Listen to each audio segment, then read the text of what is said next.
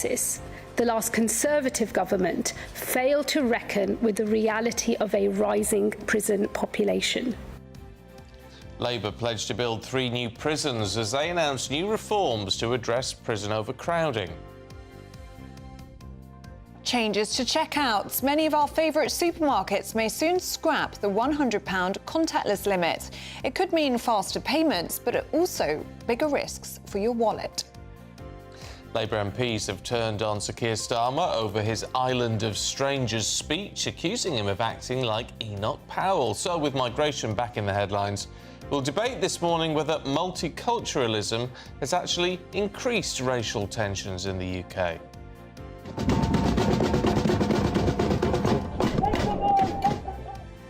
Paddling out to protest. Thousands of swimmers and surfers will join a mass paddle out this weekend over sewage spills and accusing Scottish Water of failing to act. And in the sport, Nottingham Forest Taiwo Awoniyi is no longer in an induced coma after abdominal surgery. Spurs have another injury problem as Dejan Kulusevski is ruled out of the Europa League final next Wednesday. And Yannick Sinner meets the Pope. Widespread sunny skies return to much of the UK, but not all today. Half of the full details in the forecast coming up soon. It's just gone 6 o'clock. I'm Stephen Dixon. I'm Ellie Costello, and this is GB News Breakfast.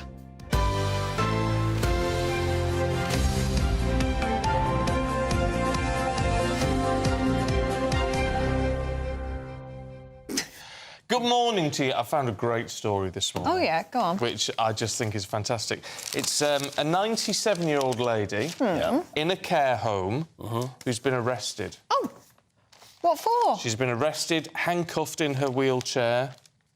Handcuffed to the wheelchair? Well, yeah, no, but it's brilliant. Right. It's a great story. Maggie Clark, she's called. Yeah.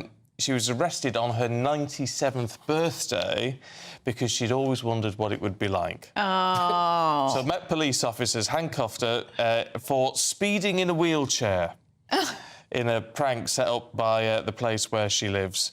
And Maggie said, "I've been too good for far too long. Oh. It was definitely on my bucket list to be arrested by a handsome policeman, and I loved it."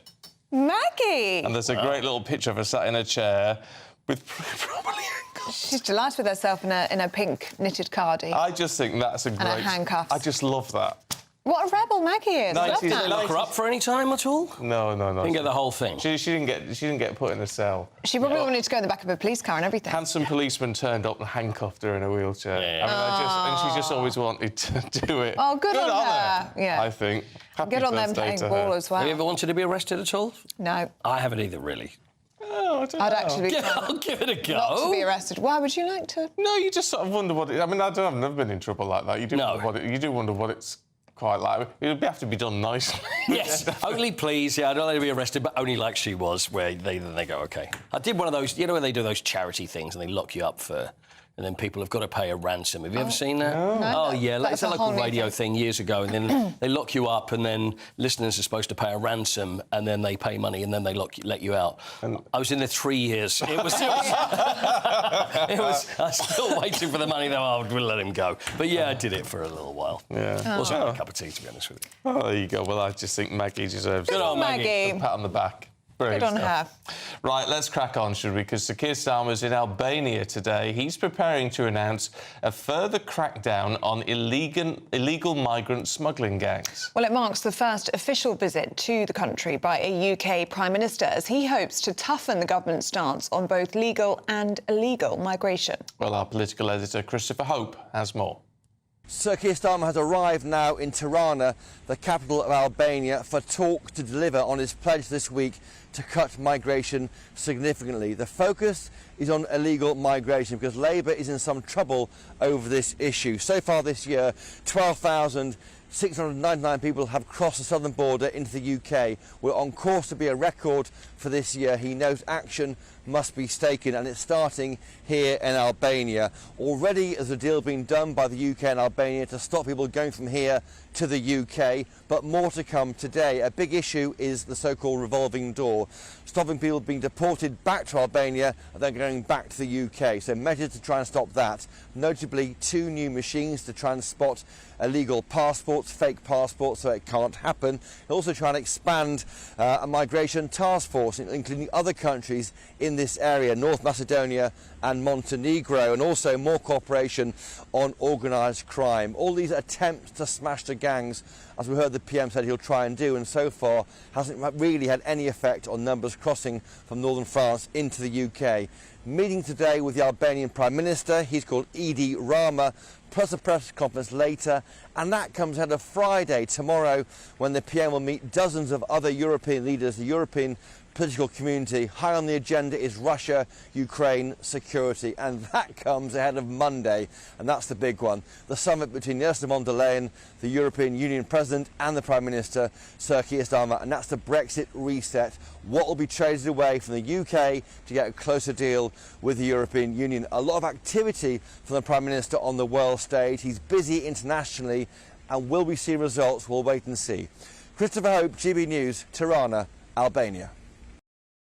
Right, let's get the thoughts of our political commentator. Not our political commentator, though he feels like it is here so much. Thea Rushwood, good to see you this morning. Great to be here, lovely to meet you. What do we make of this? I mean, look, there he's having the meetings, he's doing something. It's whether it can achieve anything. Yes, I think ultimately there's an interesting story which I saw out this morning, which is that actually, as well as everything that Chris mentioned in his report from Tirana in terms of the technology, the meeting with the Albanian Prime Minister to try and stop the returns from Albania. And it's worth just noting, actually, you know, what the Conservatives did actually manage to bring down the number of Albanians travelling to this country by significantly by about 95% between 2022 and 2024. But actually, I think the ultimate plan is to go further and look at what the Italian Prime Minister Giorgia Meloni is doing in setting up return hubs in Albania. Now, many of your viewers will think, is that the same as the Rwanda plan? Of course, Keir Starmer ditched the Rwanda deportation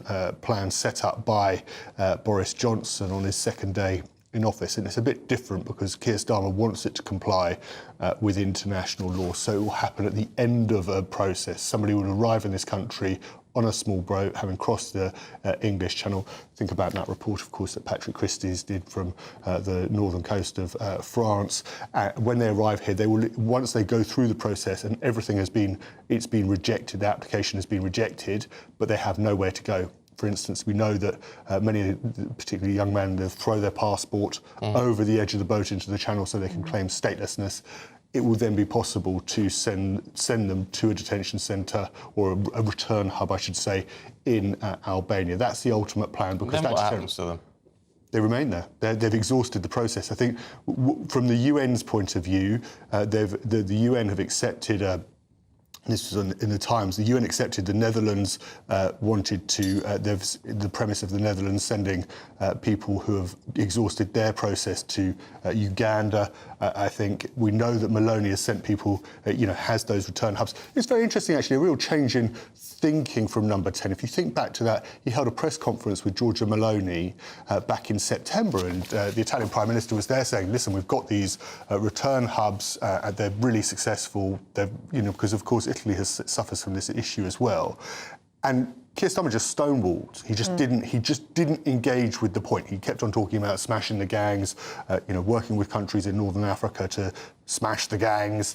But actually now it appears that there is a recognition that a deterrent is needed. Tony Smith, the former, border force commander on the northern coast of France. I've heard him on your show. I mean, it's clear that the Rwanda scheme had some merit in terms of putting people off, but simply getting rid of it and not replacing it with anything, so that you reduce the incentive significantly to come to this country. Because ultimately, if the message goes out that you can pay for a crossing, I think sometimes it's like 5,000, it can be as much as £5,000. You have to work, of course, in this country to pay off that debt. That actually you're just as likely to end up in Albania in a return hub nowhere near your country of origin, and certainly not in the UK, then that will be enough to put people off. Yeah, and all of this comes as it's set to be a record-breaking year for people crossing the Channel. I think it's 12,000 people crossed so far this year. And, of course, we've got beautiful weather this week and next. Yes. More people crossing than yes, ever before,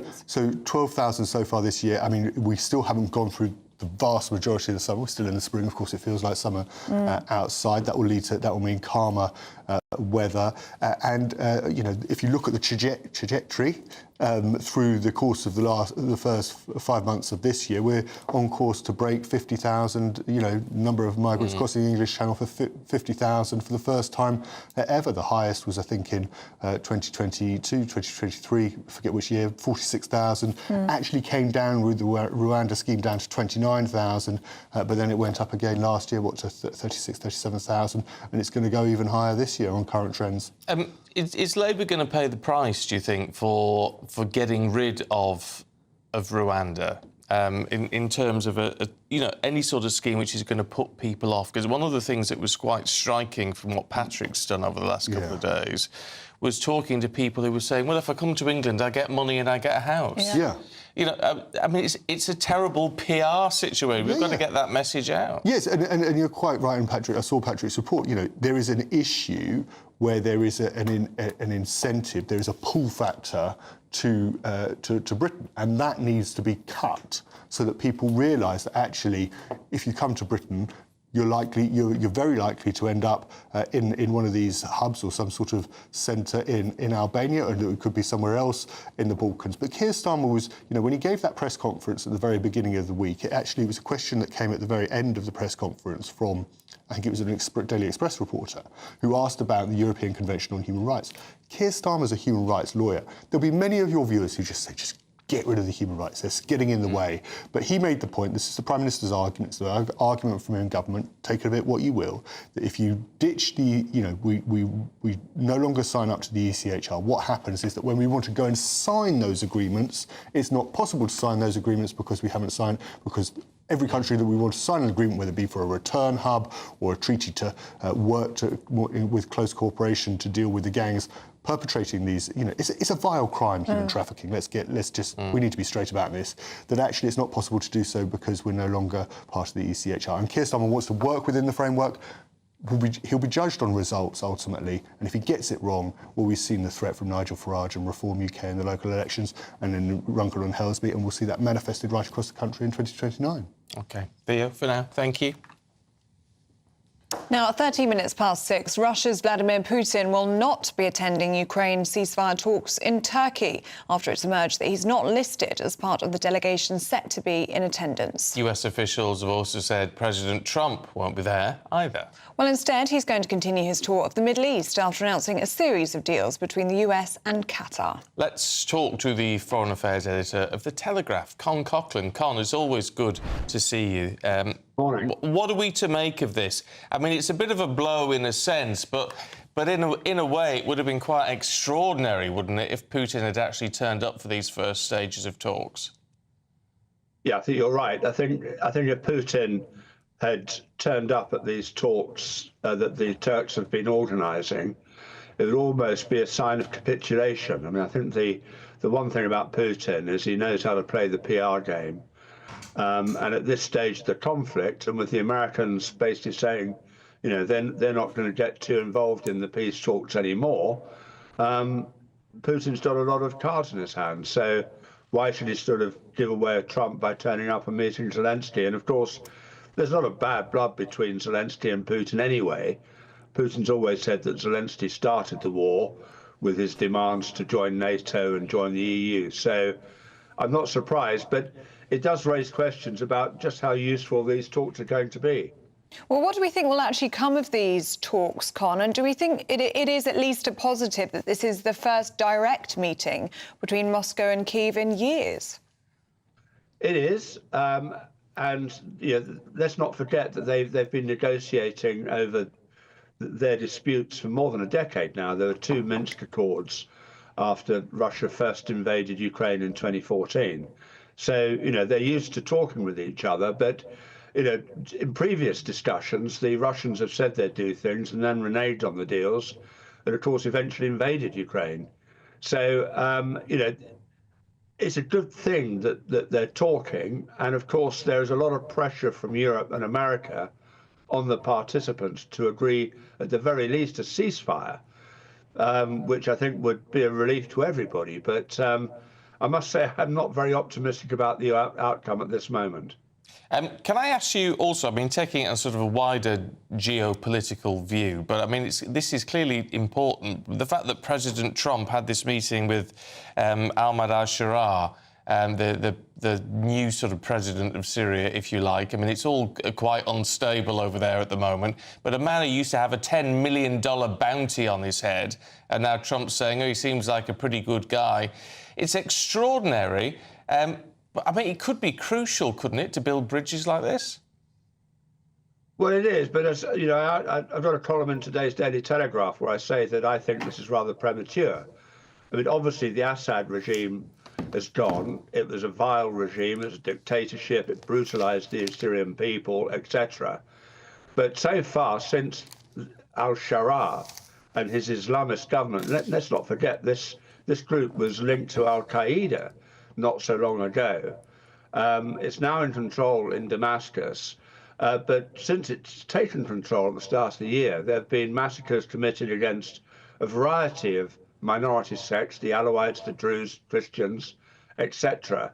And before we start reaching out to Damascus, I think we need some pretty cast iron guarantees that the new government under al-Sharaa is going to behave itself and look after the minorities and not oppress them. And I think Trump's move is a bit premature. I mean, what I would say about it is he's trying to break Syria away from Iran. And Trump is very determined to stop Iran developing nuclear weapons. Syria was Iran's ally. It is no longer Iran's ally. So coming back to your geopolitical point, I think Trump thinks this is a good moment to try and weaken Iran by befriending Syria, if that makes sense. Yeah, no, it does. Khan, really good to see you. Thanks very much indeed. My pleasure.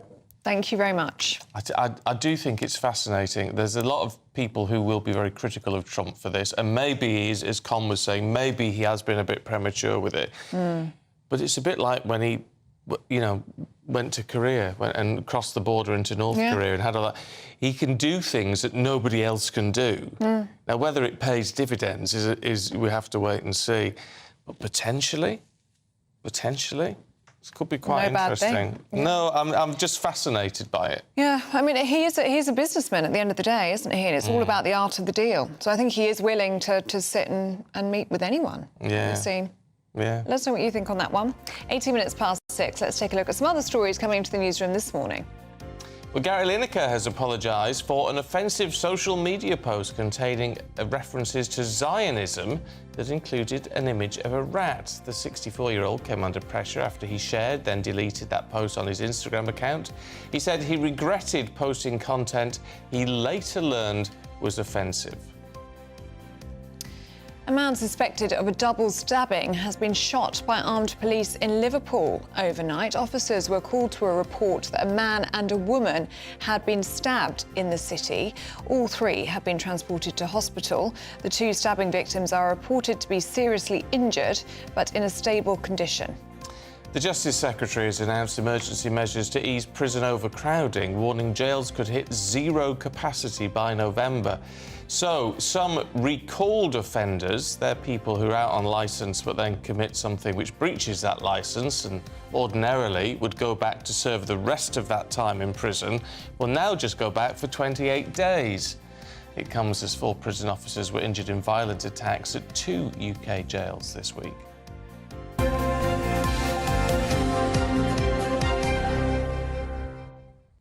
At GB News, we love to hear what you think. So every day we're running our poll of the day. Today we're asking, can this government fix our broken prison system? If you'd like to get involved, you can scan the QR code on the screen now or head to gbnews.com/poll.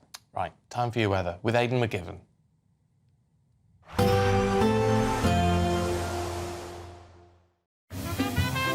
Heavy showers first thing will be followed by a warm, cosy day. Boxed Boilers, sponsors of weather on GB News.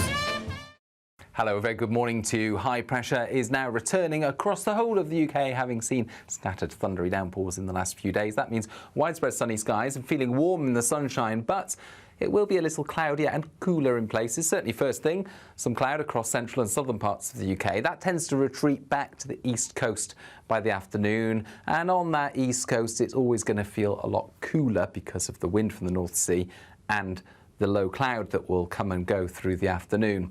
12 to 15 Celsius from eastern Scotland down to Norfolk. But elsewhere where we've got sunshine, high teens, low 20s, top temperatures something like 23 Celsius, South Wales or southwest England.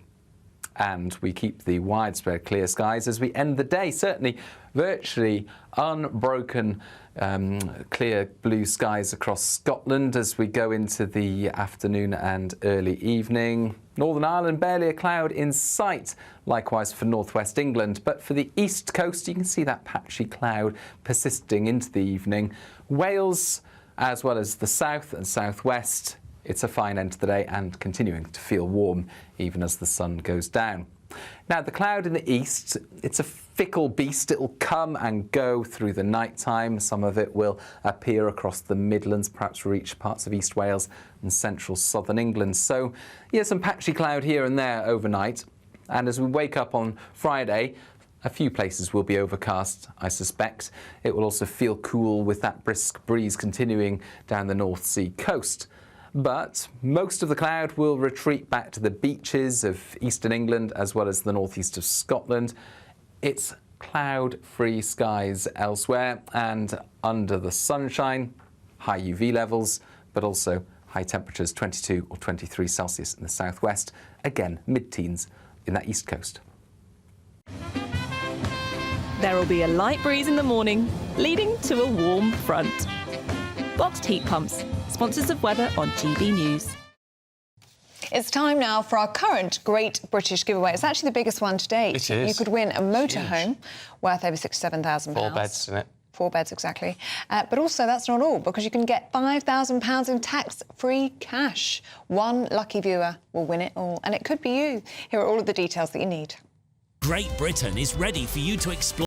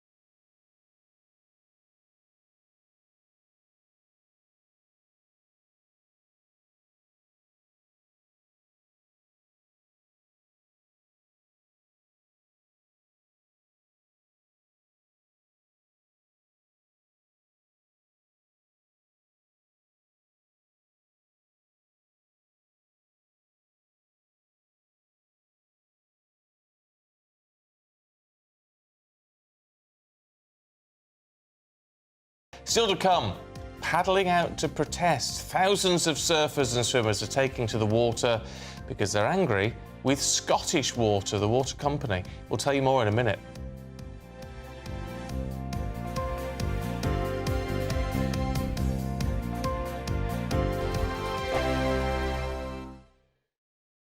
We're proud to be GB News, the People's Channel. And as you know, we always love to hear your views. Now, there's a new way of getting in touch with us at gbnews.com/yoursay. By commenting, you can be part of a live conversation and join our GB News community. You can even talk to me, Bev Turner, or any of the members of the GB News family. Westminster's full of talk, but out here, it's the real world. Am I allowed to talk now? No, that's it. This is where it matters, real people and real lives. That's what politics is all about. The fact is Trump made a good start, no. Straight answers, no spin, and just a couple of pints. How many fingers have I got up? About 10. So join me for Lee Anderson's Real World every Friday at 7 p.m, only on GB News. The People's Channel, Britain's news channel. The royal family is an enduring symbol of tradition, unity and pride for Britain. At GB News, we celebrate what makes this country great. In our new royal newsletter series, you can join me, Cameron Walker, for Inside the Palace, an exclusive look every week that takes you beyond the gates and brings you the very latest from those at the heart of the monarchy. Never miss a royal moment again. Sign up now. Go to gbnews.com/royal newsletter and get the latest straight to your inbox. This is our country, and we think it's amazing. From high tea to the high street, we love it all. Even the rain, we like that too. There's nowhere else we'd rather be. That's why we're here to be the fearless champion of Britain, its voices and its values. Because we are GB News, the People's Channel, Britain's news channel. I'm Christopher Hope. From pop stars to politicians, I'll interview anybody in a pub who's got a political opinion. Join me every Friday on Spotify, Apple Podcasts, YouTube or gbnews.com, or wherever you get your podcasts. This is GB News, the People's Channel. This is Britain's Newsroom, where your voice matters. It's just astonishing. With expert analysis and honest opinion, we don't just keep you informed. We bring you unique perspectives you won't see anywhere else. Can't argue with any of that. When the news happens, it happens here. On Britain's Newsroom, weekdays from 9:30 a.m. Only on GB News. Good Afternoon Britain isn't just about us. The wonderful thing about this programme is it's about everyone watching. It's an interactive programme. Well, there absolutely is something to see here, and we're going to be talking about it more. Whether it's breaking royal news, please bring us up to date. Or indeed a particularly punchy speech in the House of Commons. Very, very curious. We bring it to you live, and then we bring you live reaction as well. That's Good Afternoon Britain, weekdays from midday. Only on GB News, the People's Channel, Britain's news channel.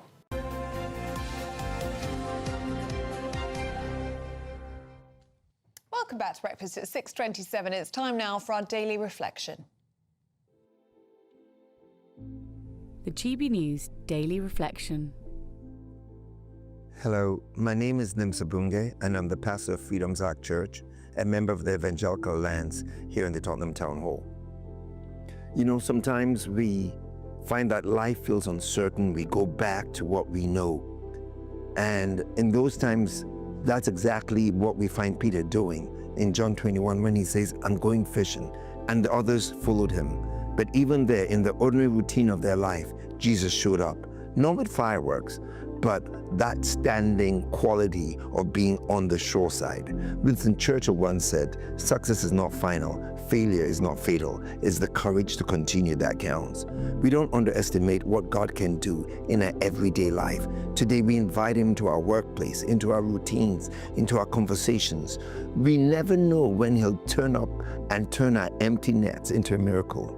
And I just want to thank you, Jesus, for showing up in the ordinary days of our life and turning our empty nets into miracles of life. As we look around us, we might find that instead of looking at the emptiness of our lives, the miracle is standing at the shore, wanting to give us a better opportunity in life.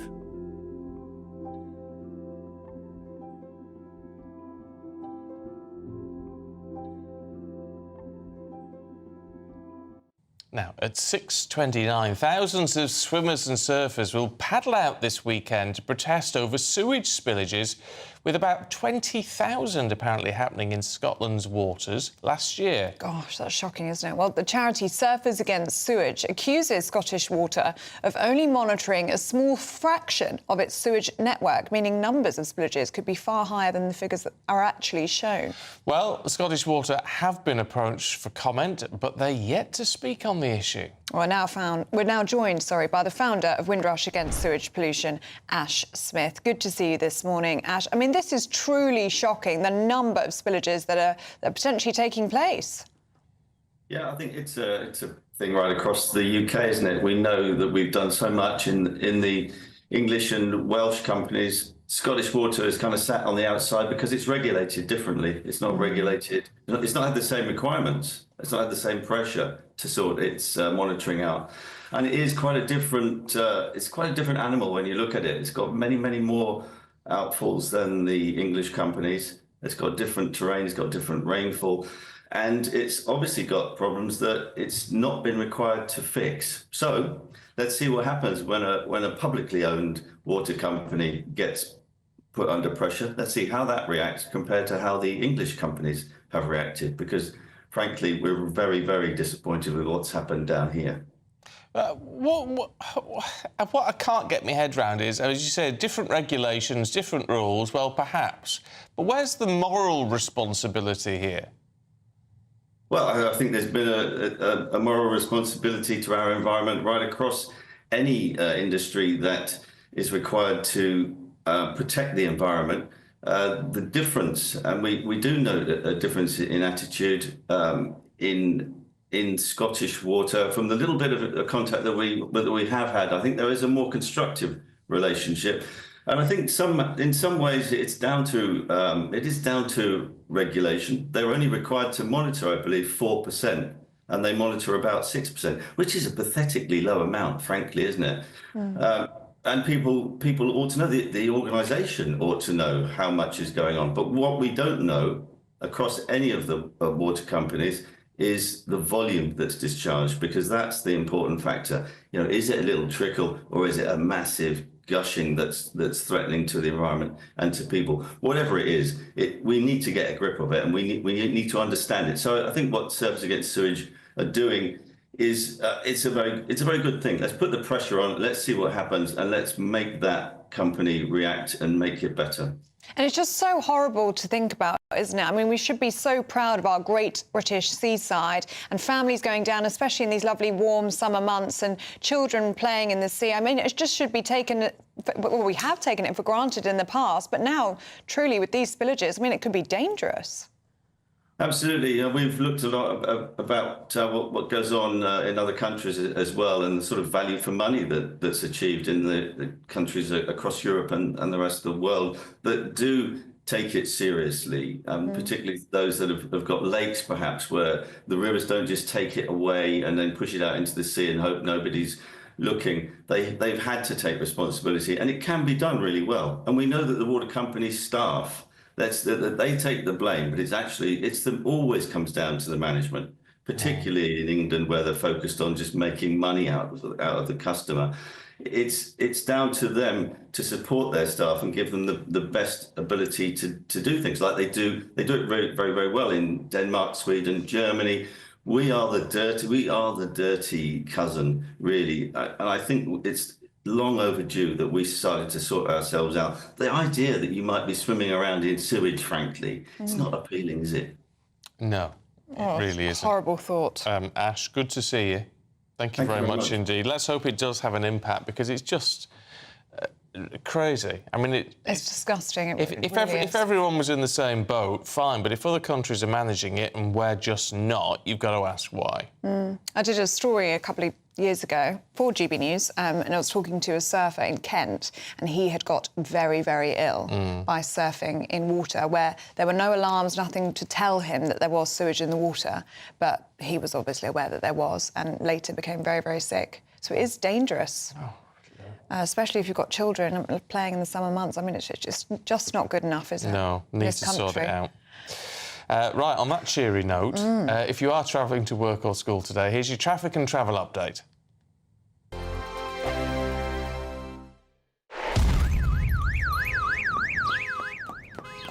Crash Law 24 sponsors GB News Traffic and Travel Report. Good morning, this is the latest AI travel news from gbnews.com. The M8 eastbound junction 18 exit slip to the A804 is closed for roadworks. Follow the signed diversion.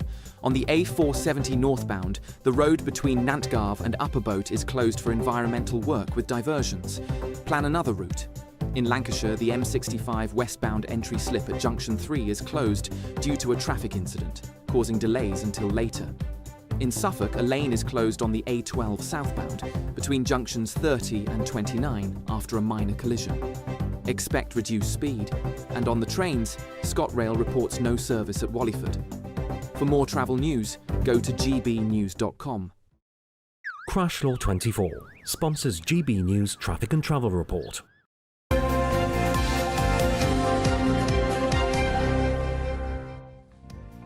Now do stay with us. We're going to have all the sports with Paul Coyte next. The royal family is an enduring symbol of tradition, unity and pride for Britain. At GB News, we celebrate what makes this country great. In our new royal newsletter series, you can join me, Cameron Walker, for Inside the Palace, an exclusive look every week that takes you beyond the gates and brings you the very latest from those at the heart of the monarchy.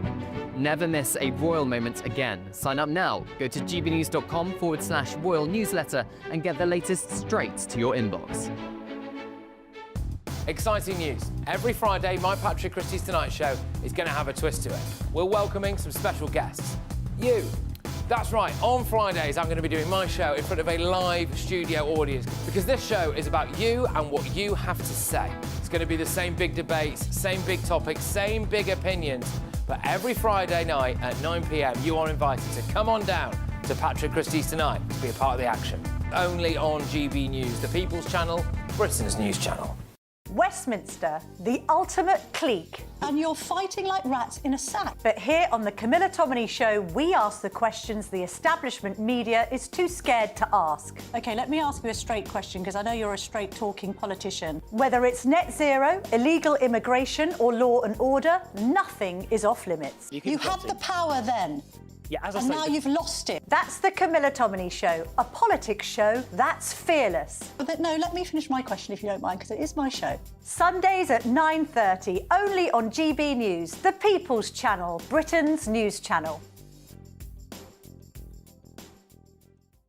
Hi, I'm Michelle Dewberry, and my show is your opportunity to cut through all the noise and dive in headfirst to some robust debates. Ideas clash. Situation, isn't it? No, because the failure is you're deliberately avoiding my point. Nothing's held back. And if you think this is the end of it, wait for more. And we do not shy away from the difficult stuff. Sometimes I want to shake people and say, if only you understood. So join me on Jubes and Kerr weeknights at 6 p.m, only on GB News, Britain's news channel. No matter the state it's in, this is our nation. Join me, Jacob Rees-Mogg, for a genuine, honest discussion on where we have been, where we are going, and where we are with the people who set the direction. That's State of the Nation every Monday and Tuesday at 8 o'clock, only on GB News, the People's Channel.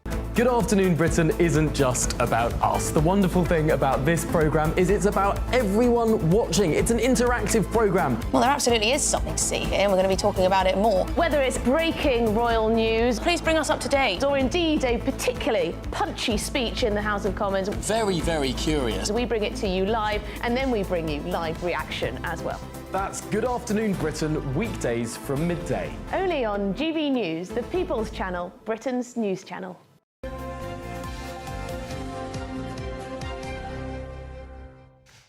6:38, Paul's here with the sport. Can we talk about Taiwo Amani? That's the man. Yeah. I mean, what? I've sort of missed the detail of what I knew he'd been very badly injured. OK, so this is the Nottingham Forest versus Leicester game at the weekend. Yeah.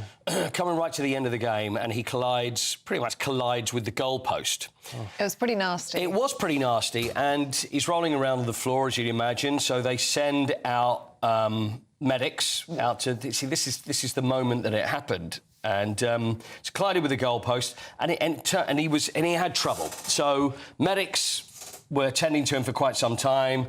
He said, "I'm fine, I can carry on." Now, the other part of this is that Nottingham Forest were going to make a substitution and thought, hang on, maybe we're going to have to make the substitution now and maybe change it and take him off. But he's like, no, I'm fine. So then he played on and then collapsed down on the floor because he was in so much pain. I mean, it's said that it's a ruptured intestine that this guy had. Fluid, That's got to hurt.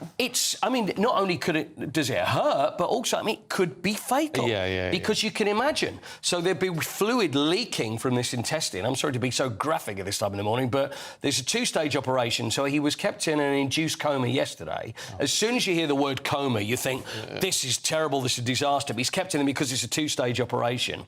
So a lengthy medical attention. So he's had it sewn up now, and hopefully everything is fine. But now there's all the blame game. Now, it's whether it's the medics should have spotted this, But with respect, I mean, I'm no medical man, but if you're tending someone and it's something internal and they're saying, look, I'm fine, and he's run into a post, you know, are you going to go, no, we've got to take precautions? So it's a tricky thing to try and balance.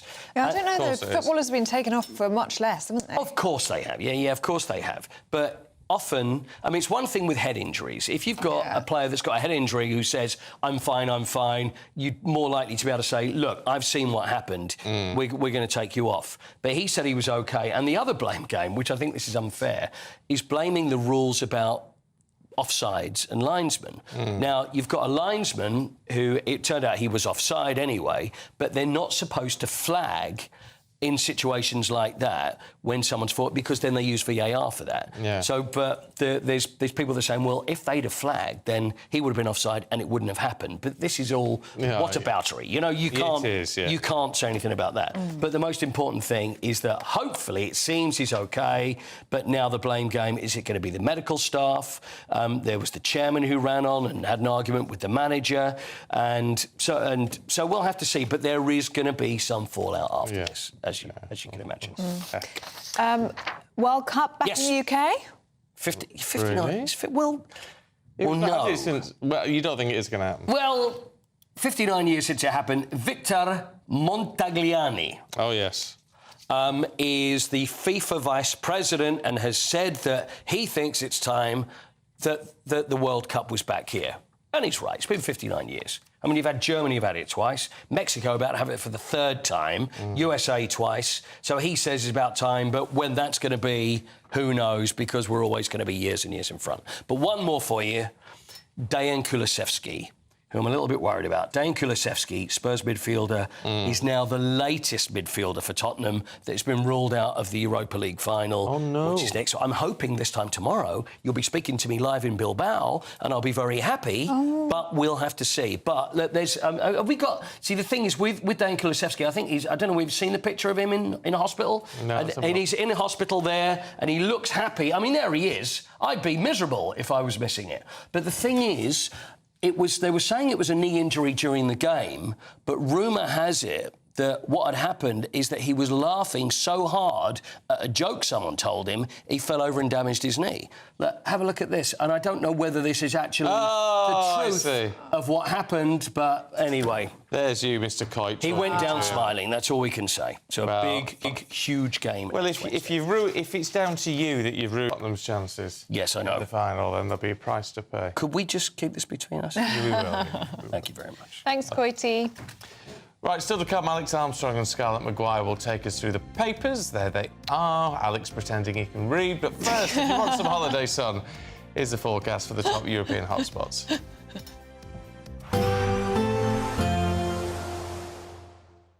Ready to soak up that holiday sunshine? Won't we need some cover? No worries, all sorted. All Clear Travel Insurance sponsors GB News Travel Destinations Forecast.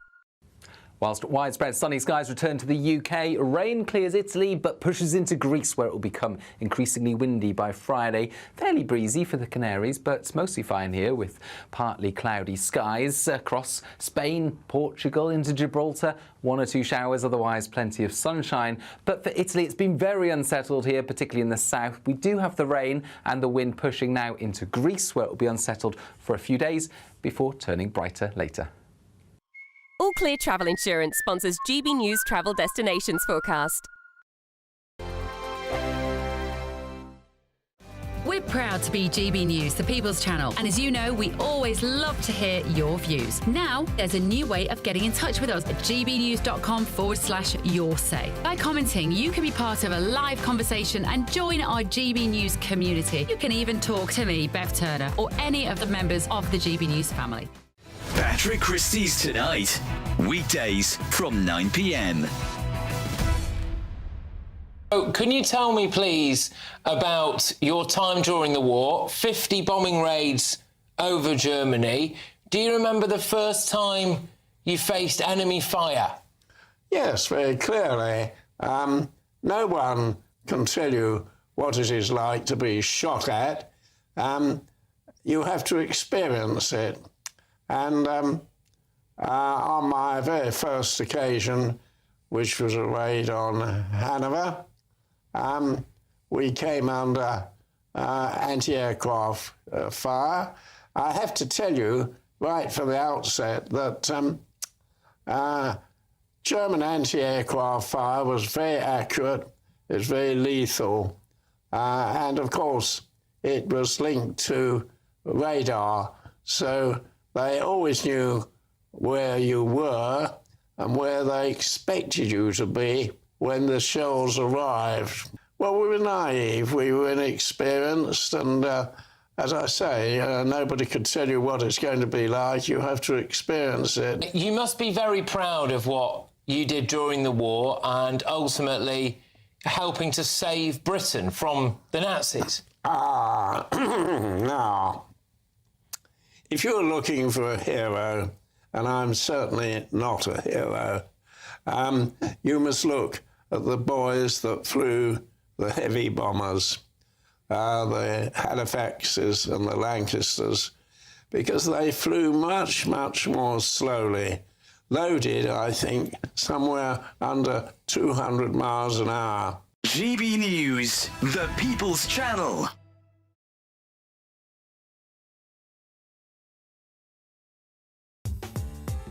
I'm Christopher Hope. From pop stars to politicians, I'll interview anybody in a pub who's got a political opinion. Join me every Friday on Spotify, Apple Podcasts, YouTube or gbnews.com, or wherever you get your podcasts. This is GB News, the People's Channel. This is Britain's Newsroom, where your voice matters. It's just astonishing. With expert analysis and honest opinion, we don't just keep you informed. We bring you unique perspectives you won't see anywhere else. Can't argue with any of that. When the news happens, it happens here. On Britain's Newsroom, weekdays from 9:30 a.m. Only on GB News.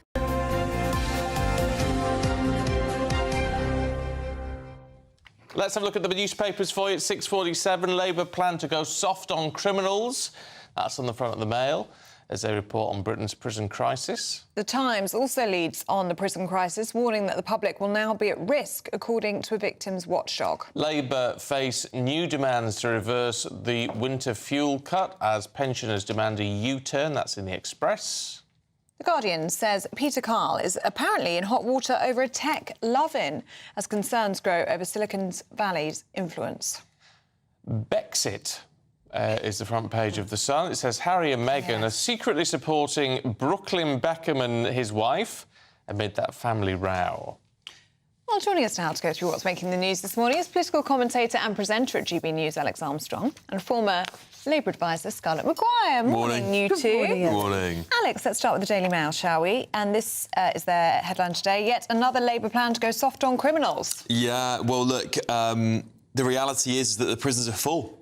This is the reality. The Tories didn't build any new prisons. They didn't build many new spaces. And they built 500 over the course of 14 years. So Labour are now basically having their hand forced. And I do have a bit of sympathy with this. As much as I want to be tough on crime, we do not have space for harder criminals. So they're having to have early releases, essentially, for more criminals. We're talking about people serving a third of their sentence now rather than a half or two-thirds on good behaviour.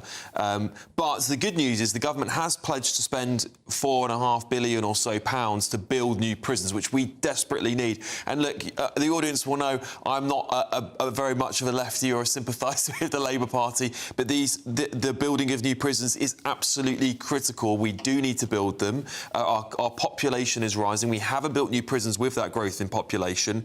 Of course, my big concern at the moment is for the prisoners that are being released, is I feel for the victims of the people who they've committed crimes against. I'm sure many of them will be worried. Hopefully there are not too many hard criminals will be getting out. It's just the petty criminals, but we'll see. I mean, look, Alex has got a point, Scarlett, in that something, you know, they are having their hand forced to an extent, and I can have some sympathy with saying, all right, we'll let you out on licence a bit earlier than before.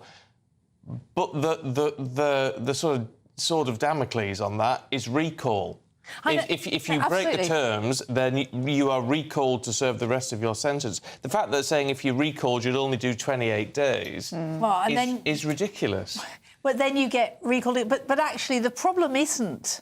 Well, one of the problems is that new prisons weren't built. But actually, the other thing is prisons are a revolving door. So you come out, nothing happens, and you go back in. I mean, that is a real problem. Most people in prisons are petty criminals. They're just pathetic. And what we should be doing, and Michael Gove, to be fair, did it as Justice Minister, is we should be concentrating on rehabilitation. We should be concentrating, and this is why Timpson, Lord Timpson, who actually puts his money where his mouth is and does, he employs in his firm lots and lots of former offenders, because what he knows is if you give them a job, you keep them out of prison. Yeah. But actually, we should be putting money, and the Tories should be putting money into rehabilitation. They do this in Texas, right? This isn't a liberal thing.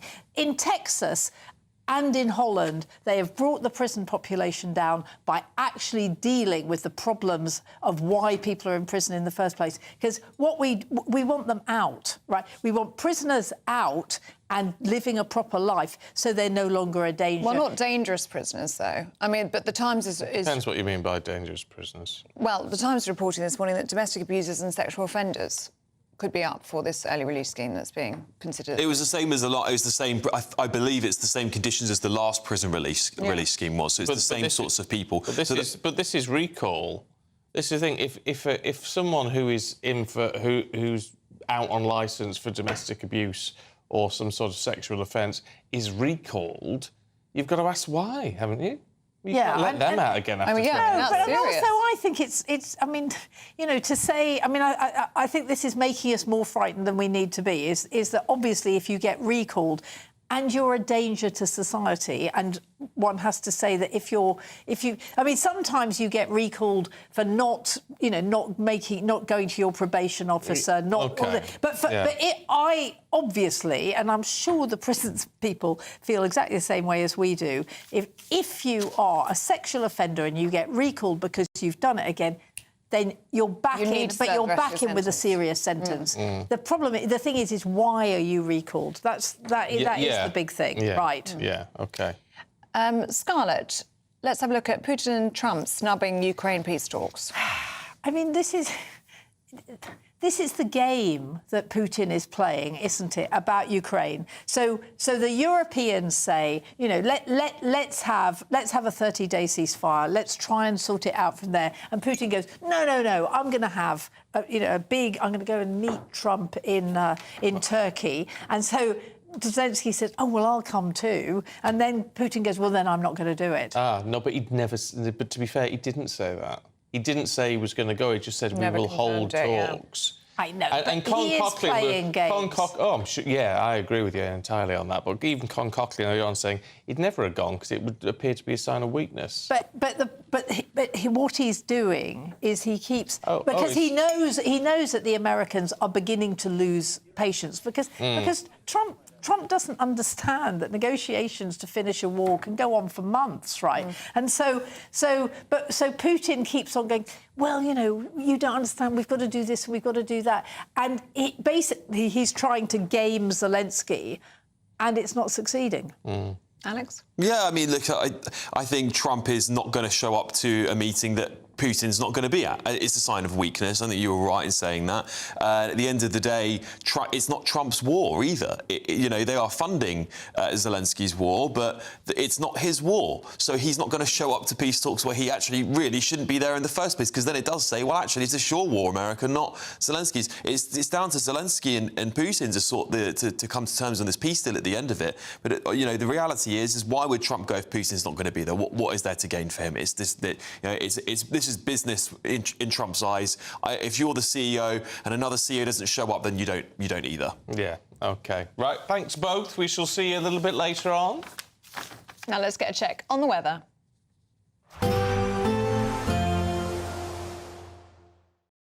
Expect a warm front, moving from the kitchen right through to the rest of the house. Boxed Boilers, sponsors of weather on GB News. Hello, a very good morning to you. High pressure is now returning across the whole of the UK, having seen scattered thundery downpours in the last few days. That means widespread sunny skies and feeling warm in the sunshine, but it will be a little cloudier and cooler in places. Certainly first thing, some cloud across central and southern parts of the UK. That tends to retreat back to the east coast by the afternoon. And on that east coast, it's always going to feel a lot cooler because of the wind from the North Sea and the low cloud that will come and go through the afternoon. 12 to 15 Celsius from eastern Scotland down to Norfolk. But elsewhere where we've got sunshine, high teens, low 20s, top temperatures something like 23 Celsius, South Wales or southwest England. And we keep the widespread clear skies as we end the day. Certainly virtually unbroken clear blue skies across Scotland as we go into the afternoon and early evening. Northern Ireland, barely a cloud in sight, likewise for northwest England. But for the east coast, you can see that patchy cloud persisting into the evening. Wales, as well as the south and southwest, it's a fine end to the day and continuing to feel warm even as the sun goes down. Now, the cloud in the east, it's a fickle beast. It'll come and go through the night time. Some of it will appear across the Midlands, perhaps reach parts of East Wales and central southern England. So, yeah, some patchy cloud here and there overnight. And as we wake up on Friday, a few places will be overcast, I suspect. It will also feel cool with that brisk breeze continuing down the North Sea coast. But most of the cloud will retreat back to the beaches of eastern England as well as the northeast of Scotland. It's cloud-free skies elsewhere and under the sunshine, high UV levels, but also high temperatures, 22 or 23 Celsius in the southwest. Again, mid-teens in that east coast. A positive outlook through the night will power through to a bright day ahead. Boxed Home Battery Storage, sponsors of weather on GB News.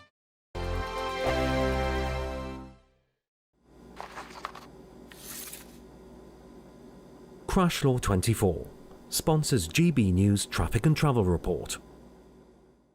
Good morning, this is the latest AI travel news from gbnews.com. The M8 eastbound exit to the A804 is closed for roadworks. Expect diversions. The A470 northbound from Nantgarv to Upper Boat is closed with diversions. In North Yorkshire, the A1M southbound exit at junction 51 is shut due to a broken down vehicle. In Lancashire, the M6 northbound between junctions 31A and 32 is reduced to one lane due to a collision. In Suffolk, a collision on the A12 leaves one lane open southbound between junctions 30 and 29. And on the trains, London North Western Railway faces disruption between Rugby and Northampton, with no trains running at Wallingford on ScotRail. For more travel news, go to gbnews.com. Crash Law 24 sponsors GB News Traffic and Travel Report. You could be the next big...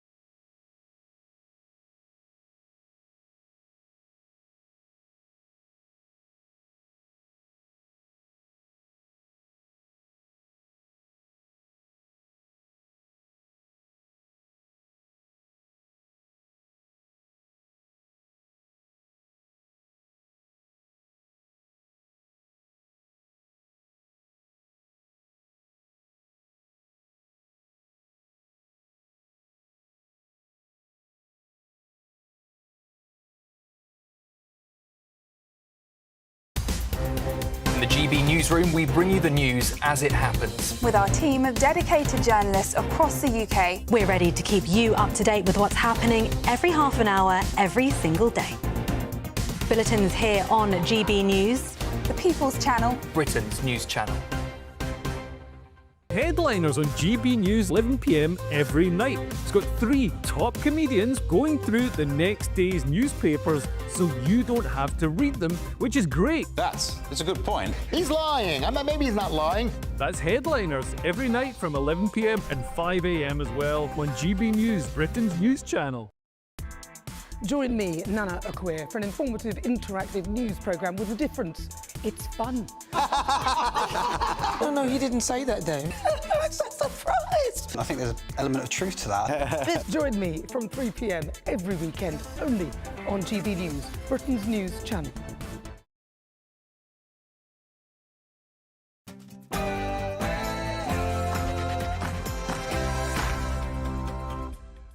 Good morning. The PM's search for a shared migration solution. Sir Keir Starmer will meet Albania's Prime Minister today in a first for a British Prime Minister as he continues his bid to clamp down on illegal immigration and organised crime. Well, the discussions come as 2025 looks like it's going to be a record year for channel crossings. A number of small boats mean that we've had more than 12,000 people already cross into the UK. US President Trump and Russia's Vladimir Putin will skip Thursday's landmark Ukraine-Russia peace talks. It's the first direct meeting between Moscow and Kyiv in 3 years. Shameful that this country in 2025 finds itself in this cycle of crisis. The last Conservative government failed to reckon with the reality of a rising prison population. Labour pledged to build 3 new prisons as they announce new reforms to address overcrowding. Changes to checkouts. Many of our favourite supermarkets may soon scrap the £100 contactless limit. It could mean faster payments, but it could also risk bigger risks for your wallet.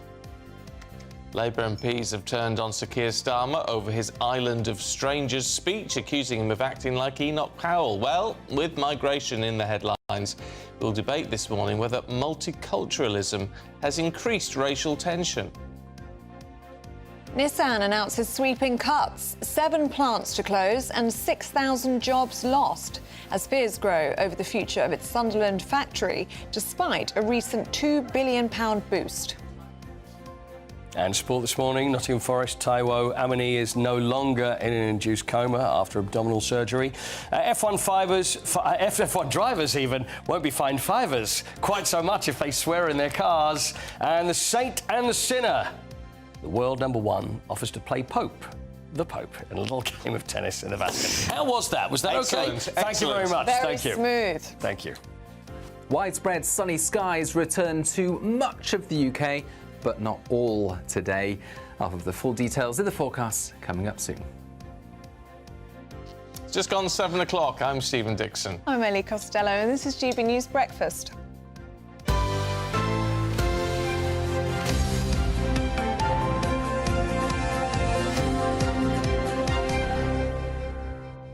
Do the sport again, Yes, not please, in yes. English maybe for the next time. Would that be all right? I think we're all struggling this hour.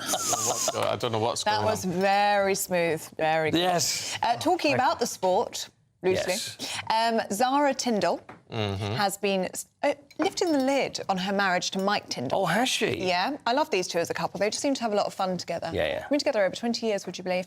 Anyway, she tells this story, this is in the Daily Mirror today, about how Mike Tindall got really drunk one night and bought a horse. He likes to drink. For £12,000. Yeah, yeah. And she was really annoyed with him. But then that horse... Did it say, was it an auction or something, or just went out and bought a horse? a boozy night out is what we're told. Boozy night out, bought a horse. Oh, is that Cheltenham? Yeah. Oh, is it Cheltenham? Yes, then he just decided to spend 12 grand on a horse. She was really annoyed at him. Oh, it was at the last lot of the night. You're right. It was an auction. Yes. Ah, one of I'm those. just reading the finer details here. Yes. And then she said, annoying. She was hoping it would backfire and he'd learn his lesson, but oh no, it went on to win the Welsh Grand National. That's amazing. Annoyingly, she says. But yeah, amazing story, right? 12 grand is quite good. Sorry, 12 grand's quite good for a horse, though, isn't it? If they're winning. I don't know. Is that good value? Imagine. I don't know. I think it probably is. I think He must they're have only worth had fortune. a stake in a horse, maybe. Yes. Might have just been a share of. Do you think it's probably a share in a horse? Yeah, probably a leg in the horse. Yeah. I don't know how these things work. I mean, I can't imagine blowing 12 grand on anything when drunk. I know, but if you're loaded... Yeah, you must... Well, more ways than one by the sound of it. Well, it paid off by the sounds of things. She also... I love how open she is. She also talked about a wardrobe malfunction when she went to kneel at the Queen Elizabeth's coffin. Her shoe fell off. Oh, really? The tights meant that it was all slippy and her shoes were a bit big. And as she walked up, the shoe came off. And then William was in front and her brother was behind me. And then she had to ask someone to pick it up for her. So there you are. Oh. I love how open she is. Yes. They do seem quite normal.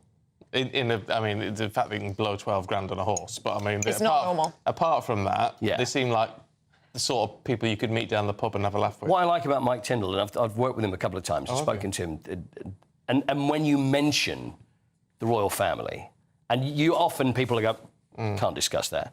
Yes, I'll tell you. Yeah, that's great. And obviously he can't say everything, but he's very good at talking about it. You know what I mean? Yeah. Because other people are just, I'm sorry, but that's... I mean, when people get their MBEs, I'm sorry, I can't discuss what was... Yeah. It's like, oh, come on. No, give me he's something. great. They're a but great he's always couple. open. I like them too. Very much. Yeah. Oh, good. There you stuff. Go. All right, should we bring some breaking news this morning? Because GDP figures have shown the economy has grown more than expected. Official figures show it's up by 0.7% in the first quarter of the year. Now, the first quarter figures represent the period directly before President Trump launched his global trade tariffs. So that will play into the next figures. However, 0.7%, when we've seen this sort of bumping around the zero mark... Or 0.1, yeah. I mean, for a long time now, haven't we? So actually, this is a really good indication. We are speaking to the government later. They'll be delighted by this. Yeah, and a sigh of relief for Rachel Reeves as well.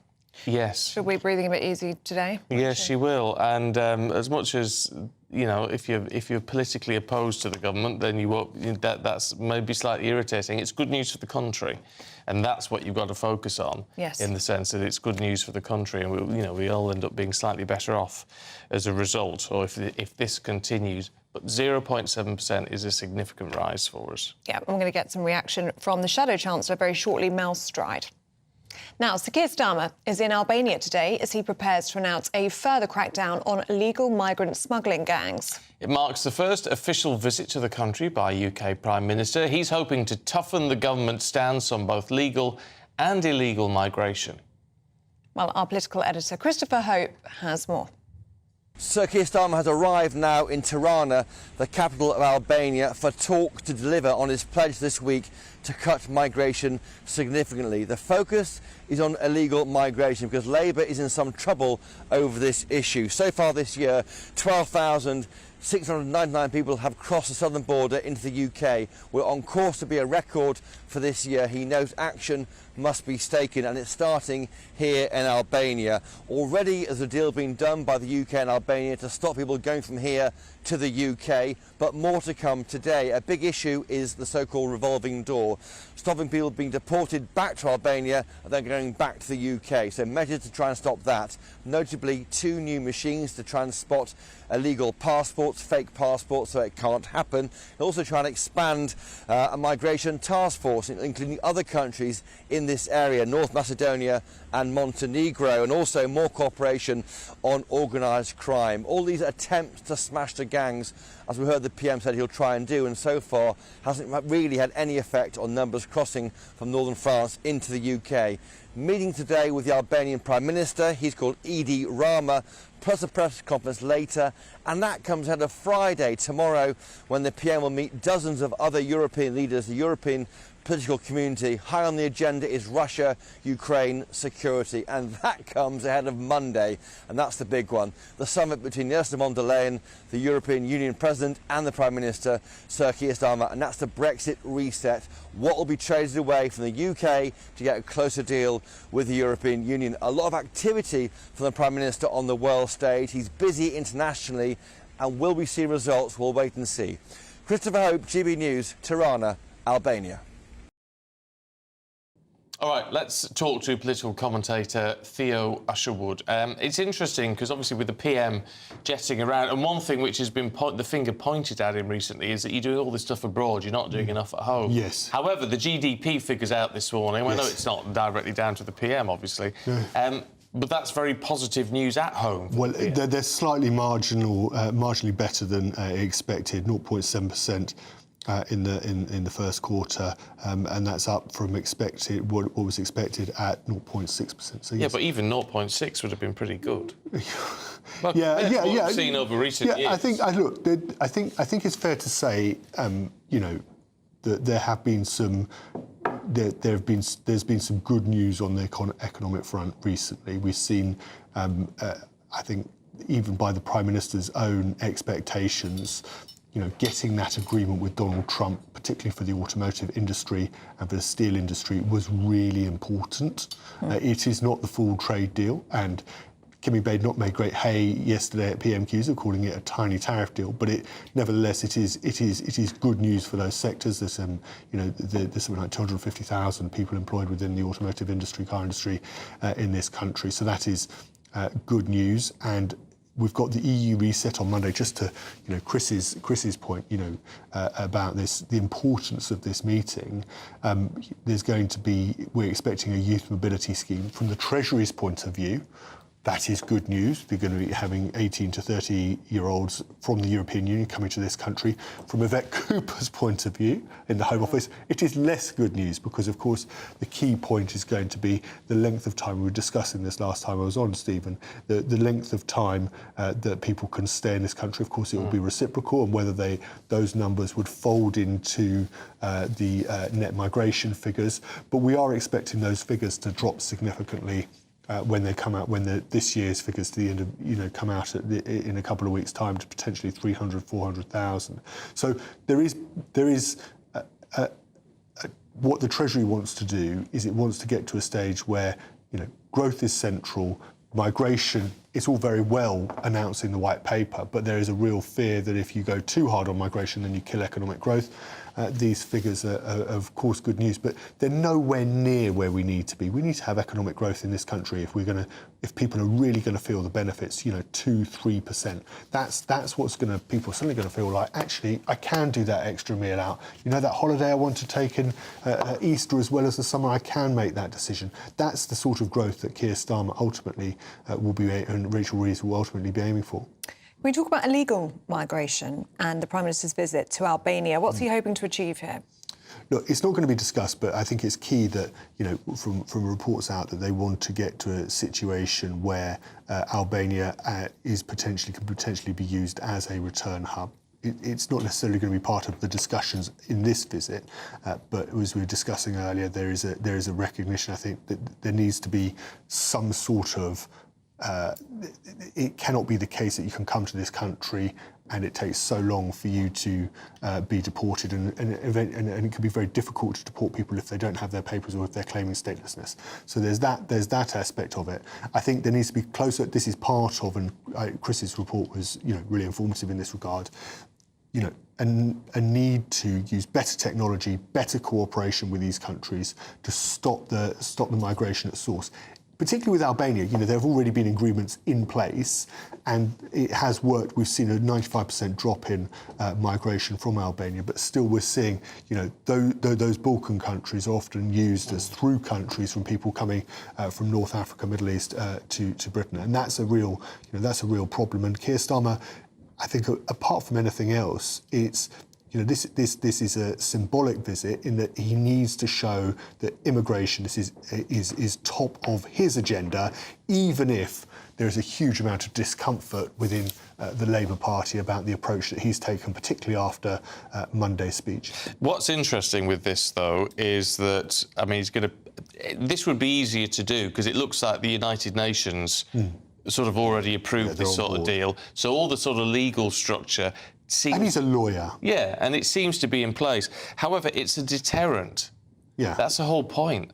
And he threw the one deterrent system we were putting into place. He threw out. But I think backtrack, isn't it? I think it's both, right? The Rwanda scheme was a deterrent, but it wasn't being used. We spent 700 million quid on it, and nobody. I think there have been 4 volunteers. Yeah, but that's because all the legal issues. But then you're in a situation, and Rishi Sunak was, looking at potentially trying to change the law so the ECHR couldn't apply, and then there was scepticism within his own party, particularly from people like Robert Jenrick, who said we would just need to be outside of the ECHR.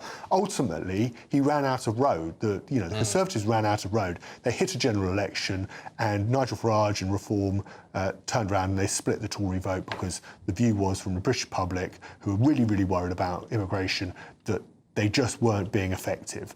And I can recognise that, it's easy to recognise within the strategy that people, there was a strategy within the Conservative Party that you could have the Rwanda scheme, it could work and it could not work, and then you could blame the lawyers, the lefty lawyers, if it didn't work. But ultimately, people want this dealt with.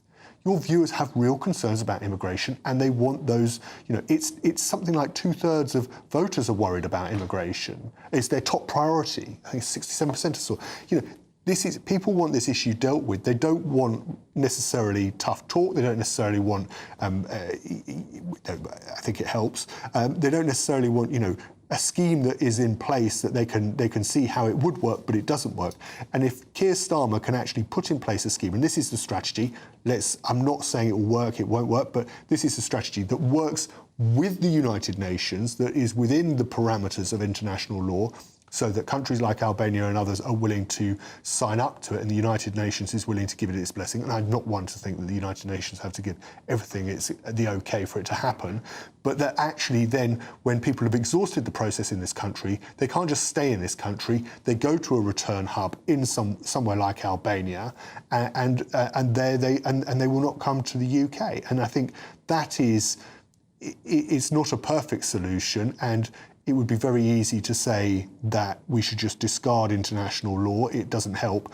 But Keir Starmer, we know, is not of that mindset. OK. Theo, thank you. Now, Russia's Vladimir Putin will not be attending Ukraine ceasefire talks in Turkey after it's emerged that he's not listed as part of the delegation set to be in attendance. US officials have also indicated President Trump won't turn up either. Well, instead, he's going to continue his tour of the Middle East after announcing a series of deals between the US and Qatar. Let's talk to the foreign editor at The Telegraph, Con Coughlin. Morning once again to you, Con. Right. I mean, look, what do these talks, as a first stage, do they stand any hope of achieving anything, do we think, without the main players being there? Well, I think it's a good sign that they're getting together. I mean, these are the first talks they've had since the war in Ukraine started over 3 years ago. So that's a plus. And if you've got people talking, things might come out of it. But as you said in your introduction, the fact that Putin's not going, Zelensky says he won't go unless Putin's there. So already you have them sort of arguing over the format, so to speak. But, you know, there is a lot of international pressure on the participants, at the very least, to come up with a ceasefire. So, you know, they are engaging at some level. And so, you know, the prospect of something happening can't be ruled out. Do you think that there was ever a prospect of Putin and Zelensky actually getting round the table? Well, it would be a tough call because, first of all, Putin doesn't really recognise Zelensky as the proper president of Ukraine. He said because there were supposed to be elections last year that postponed just the war. This has allowed Putin to say that Zelensky is not a legitimate leader. So there's all kinds of baggage there. And also, you know, Putin doesn't feel under too much pressure now because the Trump administration says it's not going to involve itself too much in peace talks on Ukraine because it feels that neither side's really serious. So, you know, on that level, you know, that's a negative. But as I said, the fact that talks are happening, and these are direct talks between the Russians and the Ukrainians, they've had talks over a decade now since Russia first invaded Ukraine in 2014. So they know each other, they know the terms of reference. So let's hope something positive comes out of it. Is Putin playing the game here? Very much so. And I think because of the way the Trump administration's behaved, he feels slightly that he's got the advantage. You know, he doesn't feel that pressure from Washington that he did before. Trump previously said he's going to hit Russia with secondary sanctions, etc., if they don't do a ceasefire. Well, he's backed away from that. And as you said in your introduction, Trump's now sort of preoccupied with doing trade deals in the Middle East, not sorting out Ukraine. What do we make of what he's doing at the moment, President Trump, that is? I mean, this meeting with al-Sharaa of Syria struck a lot of people by surprise. But how significant is it that he starts to build bridges with Syria? Well, I think after the brutality of the Assad regime, a lot of people are hoping that Syria can rebuild itself under the new government. But let's not forget that the new government is made up of Islamists. Al-Sharaa himself was associated with Al-Qaeda. and had a $10 million US bounty on his head. And since his regime took office at the start of the year, we've had reports of massacres against the Alawites, the Druze, Christians, other minorities. So this is not a stable government. And my own view, and I write about this in the Telegraph today, is that this move by Trump to ease sanctions is rather premature. Normally, you would expect the West to get some kind of guarantees from the new Syrian regime that they would govern for all Syrians, not just their Islamist followers. So, you know, we want Syria to rebuild itself, but I still think, you know, we need to tread carefully with this new government. Con, good to see you. Thank you very much. My pleasure. Right, at 20 minutes past 7, let's have a look at some of the other key stories this morning. A man suspected of a double stabbing has been shot by armed police in Liverpool overnight. Officers were called to a report that a man and a woman had been stabbed. All three have been transported to hospital. The two stabbing victims are reported to be seriously injured, but in a stable condition. Investigators examining the sinking of tech tycoon Mike Lynch's super yacht in Italy said the vessel was knocked over by extreme wind. The billionaire entrepreneur was amongst 7 people who died when the yacht sank off the coast of Sicily in August. Reports also say vulnerabilities were unknown to either the owner or the crew of the yacht. The Justice Secretary has announced emergency measures to ease prison overcrowding, warning that jails could hit zero capacity by November. Some recalled offenders will now return for just 28 days. It comes as 4 prison officers were injured in violent attacks at 2 British jails this week.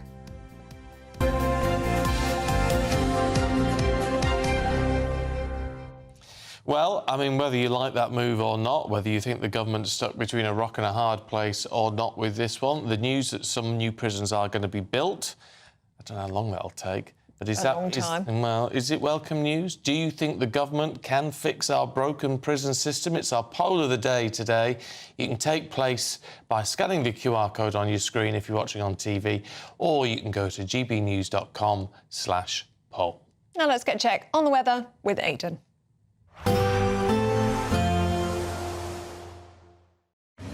Even though we'll see a cloudy start, it'll be a bright outlook for the rest of the day. Boxed Solar, sponsors of weather on GB News. Hello, a very good morning to you. High pressure is now returning across the whole of the UK, having seen scattered thundery downpours in the last few days. That means widespread sunny skies and feeling warm in the sunshine, but it will be a little cloudier and cooler in places. Certainly first thing, some cloud across central and southern parts of the UK. That tends to retreat back to the east coast by the afternoon. And on that east coast, it's always going to feel a lot cooler because of the wind from the North Sea and the low cloud that will come and go through the afternoon. 12 to 15 Celsius from eastern Scotland down to Norfolk. But elsewhere where we've got sunshine, high teens, low 20s, top temperatures something like 23 Celsius, South Wales or southwest England. And we keep the widespread clear skies as we end the day. Certainly virtually unbroken clear blue skies across Scotland as we go into the afternoon and early evening. Northern Ireland, barely a cloud in sight, likewise for northwest England. But for the east coast, you can see that patchy cloud persisting into the evening. Wales, as well as the south and southwest, it's a fine end to the day and continuing to feel warm even as the sun goes down. Now, the cloud in the east, it's a fickle beast. It'll come and go through the night time. Some of it will appear across the Midlands, perhaps reach parts of East Wales and central southern England. So, yeah, some patchy cloud here and there overnight. And as we wake up on Friday, a few places will be overcast, I suspect. It will also feel cool with that brisk breeze continuing down the North Sea coast. But most of the cloud will retreat back to the beaches of eastern England as well as the northeast of Scotland. It's cloud-free skies elsewhere and under the sunshine, high UV levels, but also high temperatures, 22 or 23 Celsius in the southwest. Again, mid-teens in that east coast. Expect a warm front, moving from the kitchen right through to the rest of the house. Boxed Boilers, sponsors of weather on GB News. Right, it's time for our latest giveaway. It's our biggest one ever, actually. Your chance to win that full-berth motorhome worth more than £67,000 plus £5,000 in tax-free cash. If you want it to all be yours, here's how you enter.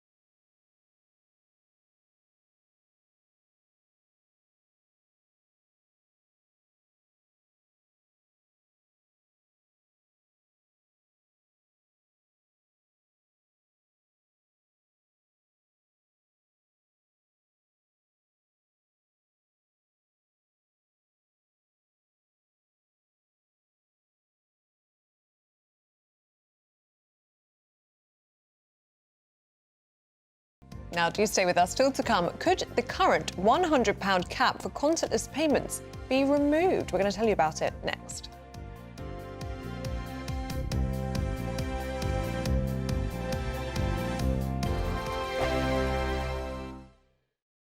Westminster's full of talk, but out here, it's the real world. Am I allowed to talk now? No, that's it. This is where it matters, real people and real lives. That's what politics is all about. The fact is Trump made a good start, no. Straight answers, no spin, and just a couple of pints. How many fingers have I got up? About 10. So join me for Lee Anderson's Real World every Friday at 7 p.m, only on GB News. The People's Channel, Britain's news channel.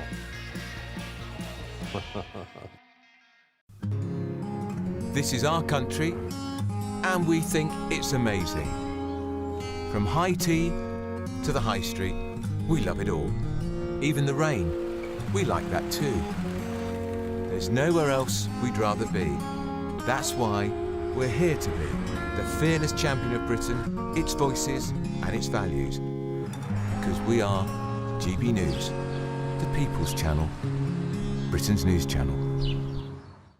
Hi, I'm Michelle Dewberry, and my show is your opportunity to cut through all the noise and dive in headfirst to some robust debates. Ideas clash. Situation, No, isn't it? Because the failure is... You're deliberately avoiding my point. Nothing's held back. And if you think this is the end of it, wait for more. And we do not shy away from the difficult stuff. Sometimes I want to shake people and say, if only you understood. So join me on Dubes and Co weeknights at 6 p.m, only on GB News, Britain's news channel. Good Afternoon Britain isn't just about us. The wonderful thing about this programme is it's about everyone watching. It's an interactive programme. Well, there absolutely is something to see here, and we're going to be talking about it more. Whether it's breaking royal news, please bring us up to date, or indeed a particularly punchy speech in the House of Commons. Very, very curious. We bring it to you live, and then we bring you live reaction as well. That's Good Afternoon Britain, weekdays from midday. Only on GB News, the People's Channel, Britain's news channel. This is Britain's Newsroom, where your voice matters. It's just astonishing. With expert analysis and honest opinion, we don't just keep you informed. We bring you unique perspectives you won't see anywhere else. Can't argue with any of that. When the news happens, it happens here. On Britain's Newsroom, weekdays from 9:30 a.m. Only on GB News. In the GB Newsroom, we bring you the news as it happens. With our team of dedicated journalists across the UK. We're ready to keep you up to date with what's happening every half an hour, every single day. Bulletins here on GB News. The People's Channel. Britain's news channel. Headliners on GB News 11 p.m. every night. It's got 3 top comedians going through the next day's newspapers so you don't have to read them, which is great. That's a good point. He's lying. Maybe he's not lying. That's Headliners every night from 11 p.m. and 5 a.m. as well on GB News, Britain's news channel.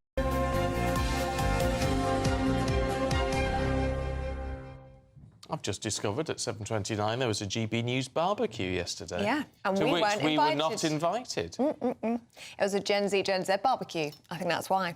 So we're too old. Everyone was circa 23. Oh. I don't think we would have known what to talk about or how to dress. No. Do they have their own dress code? They do. Everything's very baggy. Is it? I don't think we would have blended. Oh, no, that would be no good. But anyway, I saw all the pictures and we weren't invited. All right, that's nice. I saw the kids. All of whom are now yelling in our ears. Anyway, they probably, because they moan Gen Zers that they have no money at all, do they? Because they spend it all on barbecues. But then they're always out, aren't they? They're always out, so they won't want to take advantage of this current £100 issue that you can spend £100 on your contactless. Anyway, that could be removed for some shoppers in the UK. Well, with the cost of living on the rise, regulators are considering scrapping the limit and letting banks and payment providers set their own. Let's talk to tech journalist and editor of Machine Media, Jasper Hamill. Morning to you, Jasper. Is this a good move or not? Well, I think anything that gives consumers choice is a good move. But what isn't a good move is if you're forcing consumers to do something, because clearly there's a risk associated with raising the limit of contactless, and if you don't want to take that risk of the risk of being defrauded, then I don't think you should do. And there's also a risk to banks, of course, and because they could have more money taken off them by contactless fraud, and it's ultimately them that has to pay. And we think, well, won't somebody think of the banks? But if the banks are defrauded more, then they pass on those costs to consumers. So it's a mixed idea. I think the best solution is probably to give consumers the choice of whether they want to expand it or not. If you're willing to take the risk, then why shouldn't you be able to spend as much as you want on a contactless payment? But if you are nervous, I think you should be able to reduce it. And so, you could limit it to £50 or £10 even. So I think anything that gives consumer choice is a good idea, but there is definitely risks associated with it. Do you imagine that most consumers would be happy to have the cap removed? Because it's something like 90% of transactions now are on contactless. I mean, people are heavily reliant on it as a form of payment, aren't they? I think there's something in the region of 2 billion, just under 2 billion contactless payments every month in the UK. Wow. And I think certainly it would speed up things at the checkout. And we're looking at food shops are probably soaring well over £100 each. So I think a lot of shoppers would be very glad. But I can't forget the fraud risk. And we do forget that it's possible for criminals to use devices to scan the cards whilst they're in your pocket. It's unusual, but it's not unheard of. And I would imagine if there is more of an incentive for criminals to sharpen their fraudulent tactics, then they're going to do so. And if you could take as much money as you wished from someone's pocket without them knowing, then you're going to find a way of doing it. So I think, I don't think everyone will welcome it. And I think they really should be given a choice about how much.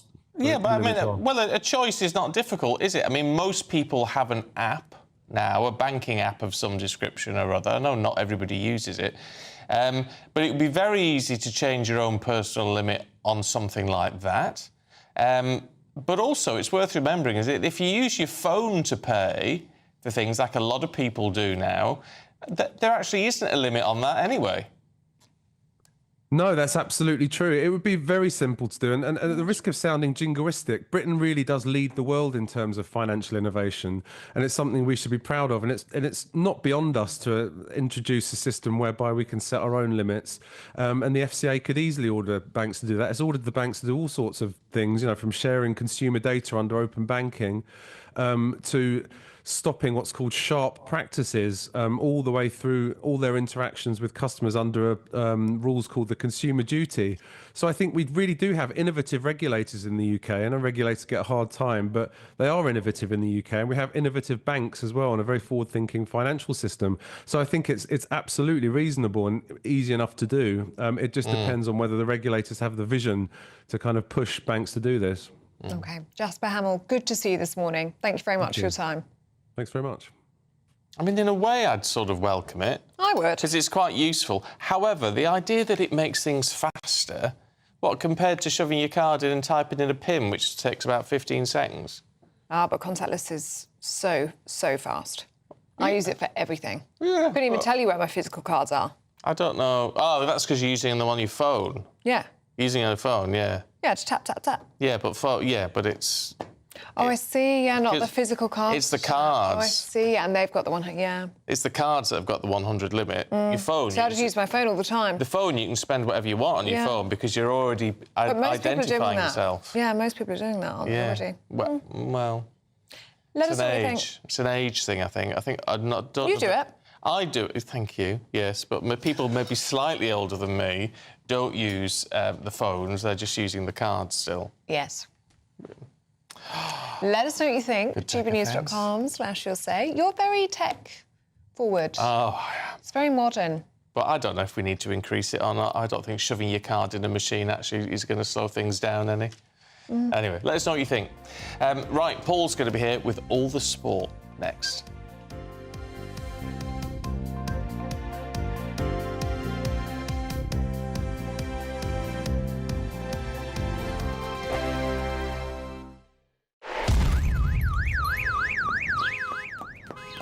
Crash Law 24 sponsors GB News Traffic and Travel Report. Good morning. This is the latest AI travel news from gbnews.com. In North Yorkshire, the A1M southbound exit slip at junction 51 is closed due to a breakdown, but normal conditions are expected shortly. In Lancashire, the M6 northbound between junctions 31A and 32 has 3 lanes closed, anticipated to clear by 10:15 a.m. In Greater London, the M25 anti-clockwise between junctions 28 and 27 has 2 lanes closed due to a collision. Drivers should allow extra travel time. And on the trains, there is disruption between Rugby and Northampton on the London North Western Railway and between Watford Junction and London Euston on the London Overground. For more travel news, go to gbnews.com. Crash Law 24 sponsors GB News Traffic and Travel Report. Good Afternoon Britain isn't just about us. The wonderful thing about this programme is it's about everyone watching. It's an interactive programme. Well, there absolutely is something to see here, and we're going to be talking about it more. Whether it's breaking royal news, please bring us up to date, or indeed a particularly punchy speech in the House of Commons. Very, very curious. We bring it to you live, and then we bring you live reaction as well. That's Good Afternoon Britain, weekdays from midday. Only on GB News, the People's Channel, Britain's news channel. The royal family is an enduring symbol of tradition, unity and pride for Britain. At GB News, we celebrate what makes this country great. In our new royal newsletter series, you can join me, Cameron Walker, for Inside the Palace, an exclusive look every week that takes you beyond the gates and brings you the very latest from those at the heart of the monarchy. Never miss a royal moment again. Sign up now. Go to gbnews.com/royal newsletter and get the latest straight to your inbox. Exciting news. Every Friday, my Patrick Christie's Tonight Show is going to have a twist to it. We're welcoming some special guests. You. That's right, on Fridays I'm going to be doing my show in front of a live studio audience because this show is about you and what you have to say. It's going to be the same big debates, same big topics, same big opinions. But every Friday night at 9 p.m, you are invited to come on down to Patrick Christie's Tonight to be a part of the action. Only on GB News, the People's Channel, Britain's news channel. Hi, I'm Michelle Dewberry, and my show is your opportunity to cut through all the noise and dive in headfirst to some robust debates. Ideas clash. Situation, Because you're deliberately avoiding my point. Nothing's held back. And if you think this is the end of it, wait for more. And we do not shy away from the difficult stuff. Sometimes I want to shake people and say, if only you understood. So join me on Jubes and Kerr weeknights at 6 p.m, only on GB News, Britain's news channel.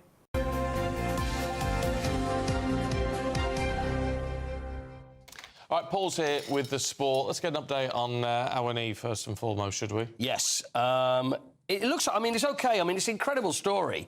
Should I give a little background on what happened? Taiwo Awoniyi, playing for Nottingham Forest against Leicester, had an incident where he went into a goalpost, internal injuries, looked very nasty, a ruptured intestine.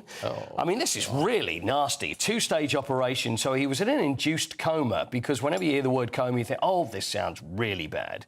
But it was induced because it was a 2-stage operation. It took a while. He's in hospital. I mean, we can't underestimate how bad this is.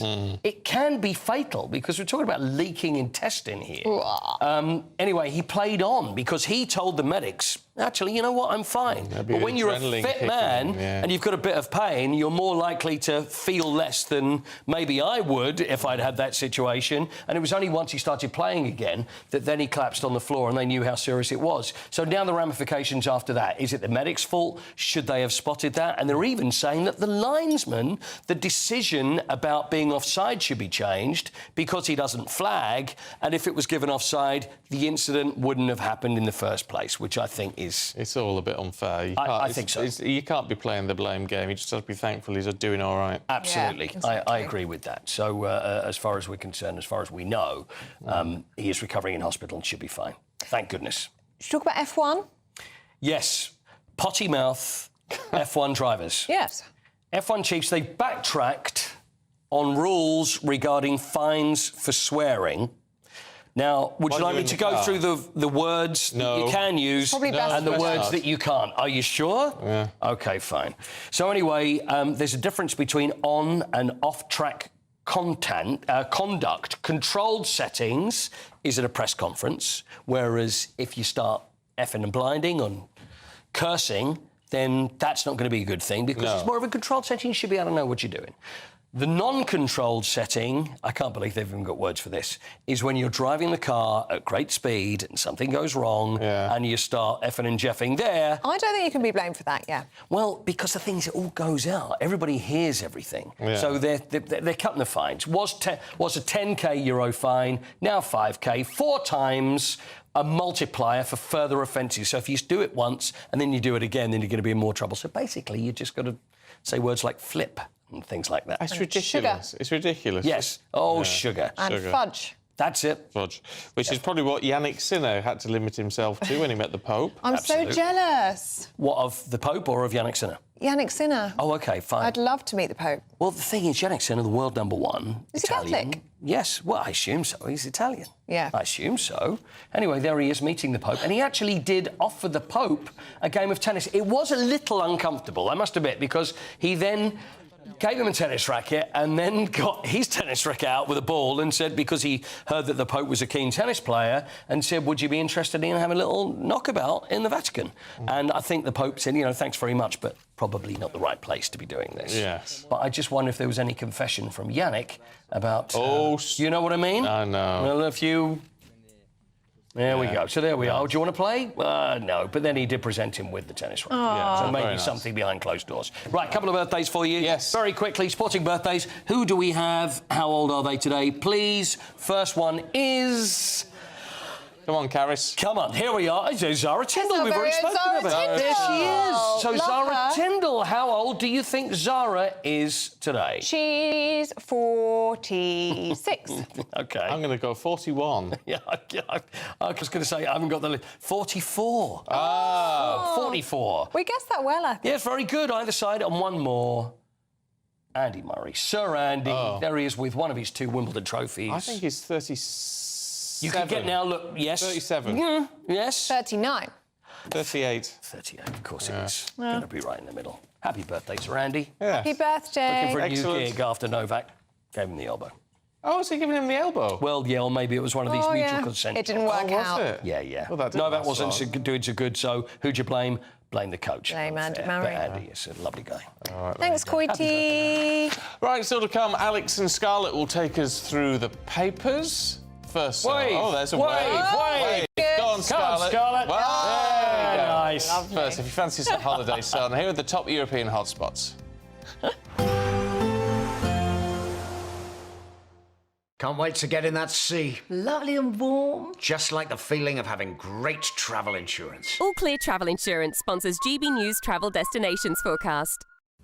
Whilst widespread sunny skies return to the UK, rain clears Italy but pushes into Greece, where it will become increasingly windy by Friday. Fairly breezy for the Canaries, but mostly fine here with partly cloudy skies across Spain, Portugal into Gibraltar. 1 or 2 showers, otherwise plenty of sunshine. But for Italy, it's been very unsettled here, particularly in the south. We do have the rain and the wind pushing now into Greece, where it will be unsettled for a few days before turning brighter later. All All Clear Travel Insurance sponsors GB News Travel Destinations Forecast.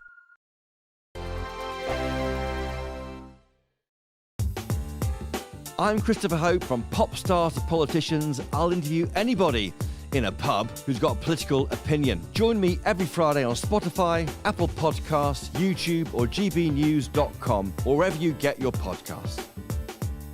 This is GB News, the People's Channel. Martin Daubney, weekdays from 3 p.m. 100 years young, and you took part, of course, in the World War II. Yes. But you were a Wren. Tell us about what you did to help keep the country safe from Nazis. Well, I did my best. Well, I was so determined that the Germans weren't going to come into our country, the Nazis. And, you know, we all felt the same. We were so angered that they should dare to even think of coming into our country. They'd bombed London like crazy, and they hadn't got it. And we fought them back, and we fought them to the coast, and then we pushed them over into France, and we pursued them there. This is you back in your service days. Tell us your happiest memories of those wonderful times. Oh, good heavens. I just think it was meeting people from other parts of Britain and other types of people, you know, different backgrounds, for example. And it was just so releasing of ourselves, and we were dying to push the Nazis back so that they couldn't conquer. It wasn't the German people. They were suffering as badly as we were. But it was just, we were so determined in England then. It wasn't Britain. We were fighting for England, the Welsh were fighting for Wales, and the Scottish were fighting for Scotland. GB News. This is Britain's Newsroom, where your voice matters. It's just astonishing. With expert analysis and honest opinion, we don't just keep you informed. We bring you unique perspectives you won't see anywhere else. Can't argue with any of that. When the news happens, it happens here. On Britain's Newsroom, weekdays from 9:30 a.m. Only on GB News. In the GB Newsroom, we bring you the news as it happens. With our team of dedicated journalists across the UK, we're ready to keep you up to date with what's happening every half an hour, every single day. Bulletins here on GB News, the People's Channel, Britain's news channel.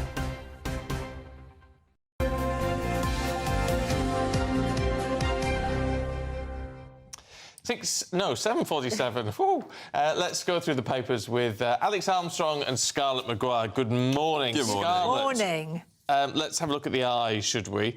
We need to invest in rail to win back the North. Well, it's absolutely true, isn't it? Well, that was meant to be HS2, wasn't it? Well, yes, HS2, that instead of beginning up north, it began in the south, and then they knocked the north up and wondered why the north would cross. I mean, I think it's absolutely dreadful how bad the rail services are. Well, transport full stop up north. Transport full stop. But I mean, the rail services, so that you can live... you know, in London, you go in, I mean, there are masses and masses. Most people are commuters. They commute for about 45 minutes and they're in. In Manchester, you can live 5 miles away and it can take you an hour to get into work. I mean, of course, we should have been investing in, and I think the northern mayors are completely right, and that's where we need to invest. Alex? Yeah, I mean, I argue with that if you dare. No, I don't know. Absolutely. Listen, I cut my teeth on transport policy. How great is that? And I do agree. I mean, transport in this country is far too expensive. There's not enough of it. We keep forcing people to ditch their cars for net zero, and we're not investing in public services. It makes complete sense. I've got nothing more to add. She's completely right. As always. First time for everything, Scarlett. Should we talk about Brexit, Alex? Oh, we've had, yes. much talk about this. Oh, yeah, we've had Brexit, we've had Megxit, now guess we've got Bexit. Oh yes. So this is the heating feud. Celebrity reporter Alex Armstrong here. This is the increasing feud between David Beckham's son, Brooklyn Beckham, and his wife, I believe. I can't remember her name. What's her name? Nicola. Thank you. Oh. Scarlett, across the detail. There's been some fallout between them. I don't know the exact, but there's been fallout between Brooklyn, his wife, and David and Victoria. Yeah, nobody knows the detail. No one knows the detail. Allegedly, it's because Romeo is dating Brooklyn's ex-girlfriend. Ah, OK. Although people say that I think she's called Kim or something, has been thrown under a bus and it's got nothing to do with this. With Kim. And it's, I mean, honestly, the Daily Mail just loves it. It goes in. You love it as well, by the sounds of it, Scarlett. Scarlett's got a copy of the Daily Mail every morning, hasn't she? That's it. But it is, I mean, it is one of those things where you think this is a really, really sad thing, actually. I mean, I do know people who have estranged children, and it is a very, very awful. It's horrible. Yeah. Well, now apparently Harry and Meghan are facilitating Brooklyn and his wife, and so we'll have a real moan section about how dreadful parents are. Well, I don't know if people remember the story a couple of days ago, but Catherine Middleton, the Princess of Wales, was of course supposedly dressed in Victoria Beckham's clothes as they're trying to help Victoria and David. So this is I don't make the news, right? I just reported it. Don't roll your eyes at me. I don't believe it. Well, in fact, she happened to have a dress on design, but therefore she's supposed. It's just nonsense. Yeah, and actually, could be quite right. If there is a falling out, then let's leave them to get on with it. Well, Harry and Meghan are obviously now facilitating that side. Maybe the other. Nothing wrong with being friends. I saw that one coming, though. Harry and Meghan having dinner with Brooklyn and Nicola. Prince Harry has offered his unwavering support. Apparently, Meghan feels that due to her experience being isolated from the royal family, that she relates to Brooklyn and his wife, Nicola. There we go. That's as much as I can tell you.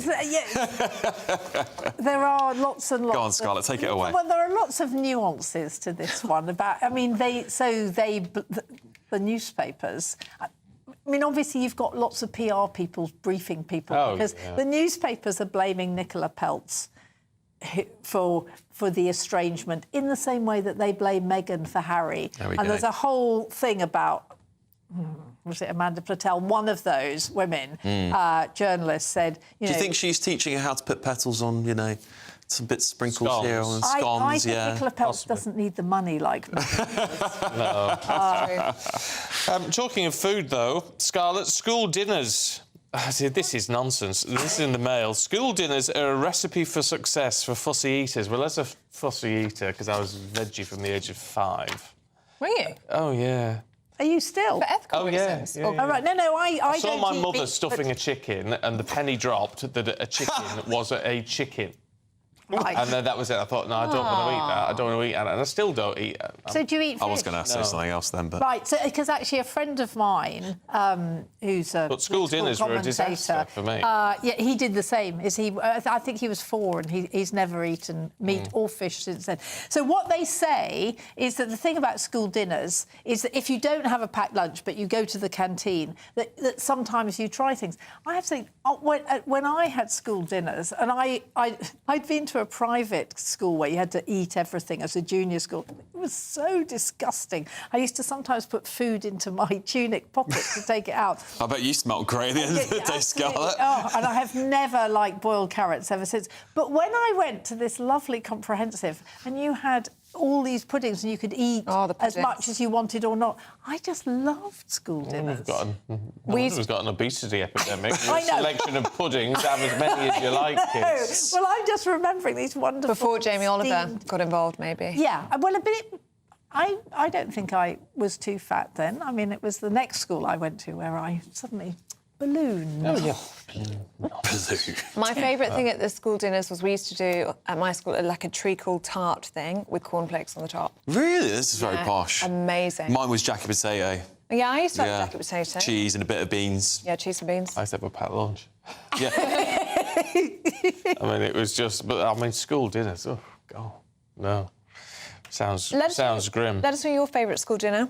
What was your favourite dish or your favourite pudding?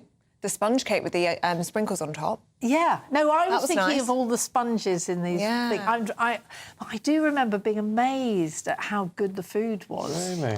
Yeah. Because the only time I've ever eaten anything sort of like in that sort of canteeny setting was when first year at university, where you had food vouchers, and awful. It was awful. Oh no. It was just, you used to come out feeling sick.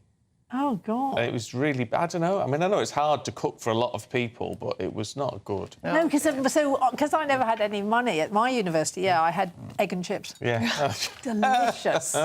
Right, that's it. We'll see you two later on. Let's get a check on the weather.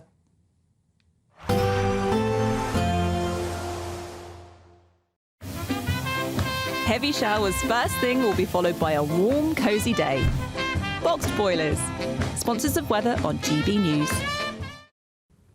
Widespread sunny skies return to much of the UK, but not all today. I'll have the full details in the forecast coming up soon.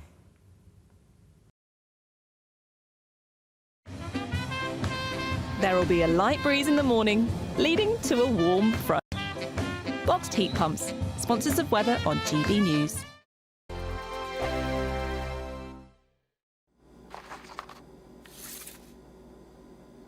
Crash Law 24 sponsors GB News Traffic and Travel Report.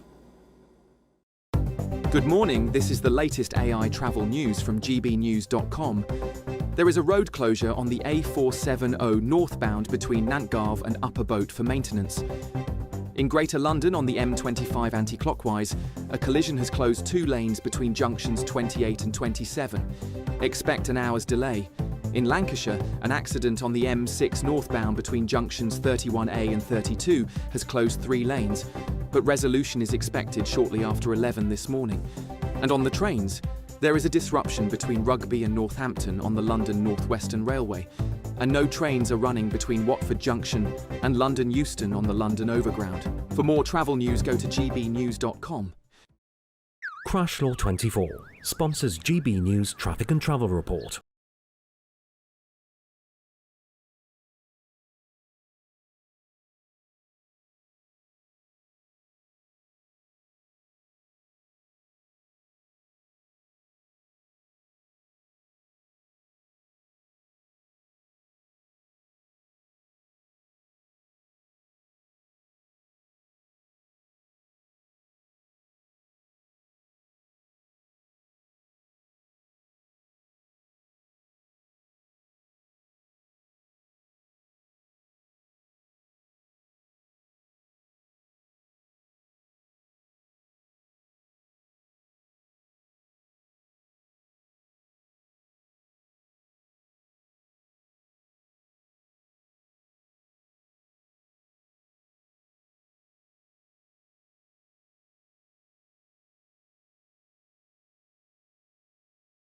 Greater wins.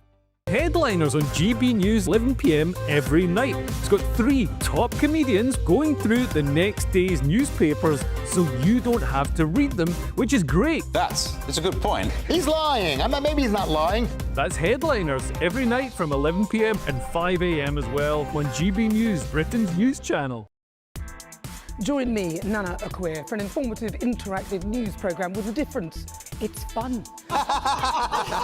No, he didn't say that, though. I'm so surprised. I think there's an element of truth to that. Join me from 3 PM every weekend, only on GB News, Britain's news channel. We're proud to be GB News, the People's Channel. And as you know, we always love to hear your views. Now, there's a new way of getting in touch with us at gbnews.com/yoursay. By commenting, you can be part of a live conversation and join our GB News community. You can even talk to me, Bev Turner, or any of the members of the GB News family. This is our country, and we think it's amazing. From high tea to the high street, we love it all. Even the rain. We like that too. There's nowhere else we'd rather be. That's why we're here to be the fearless champion of Britain, its voices and its values. Because we are GB News, the People's Channel, Britain's news channel. Westminster, the ultimate clique. And you're fighting like rats in a sack. But here on the Camilla Tominey Show, we ask the questions the establishment media is too scared to ask. OK, let me ask you a straight question, because I know you're a straight-talking politician. Whether it's net zero, illegal immigration or law and order, nothing is off limits. You had the power then. Yeah, as I and say, now you've lost it. That's the Camilla Tominey Show, a politics show that's fearless. But no, let me finish my question if you don't mind, because it is my show. Sundays at 9:30, only on GB News, the People's Channel, Britain's news channel. Join me, Nana Akwe, for an informative, interactive news programme with a difference. It's fun. No, he didn't say that, though. I'm so surprised. I think there's an element of truth to that. Join me from 3 p.m. every weekend, only on GB News, Britain's news channel. This is Britain's Newsroom, where your voice matters. It's just astonishing. With expert analysis and honest opinion, we don't just keep you informed. We bring you unique perspectives you won't see anywhere else. Can't argue with any of that. When the news happens, it happens here. On Britain's Newsroom, weekdays from 9:30 a.m. Only on GB News.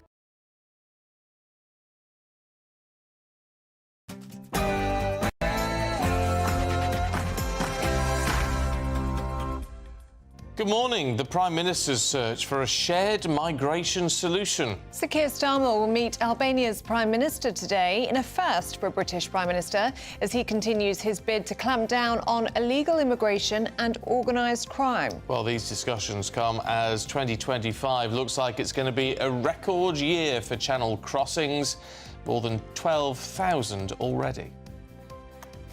Yes, that promise before the election to smash the gangs, not having any luck at all at the moment. Will what the Prime Minister is up to in Albania today make a difference? I'll bring you more details shortly. The UK economy grows by 0.7% in the first quarter of the year, a boost for the Prime Minister and the Chancellor, Rachel Reeves. President Trump and President Putin will both skip today's landmark Ukraine-Russia peace talks, the first direct meeting between Moscow and Kyiv in more than 3 years. Shameful that this country in 2025 finds itself in this cycle of crisis. The last Conservative government failed to reckon with the reality of a rising prison population. Labour pledged to build 3 new prisons as they announce new reforms to address prison overcrowding. Now, some Labour MPs have turned on Sir Keir Starmer over his Island of Strangers speech this week, accusing him of acting like Enoch Powell. Well, with migration in the headlines, we'll debate this morning whether multiculturalism has actually increased racial tensions in the UK. Nissan announces sweeping cuts, 7 plants to close and 20,000 jobs lost as fears grow over the future of its Sunderland factory. That's despite a recent £2 billion boost.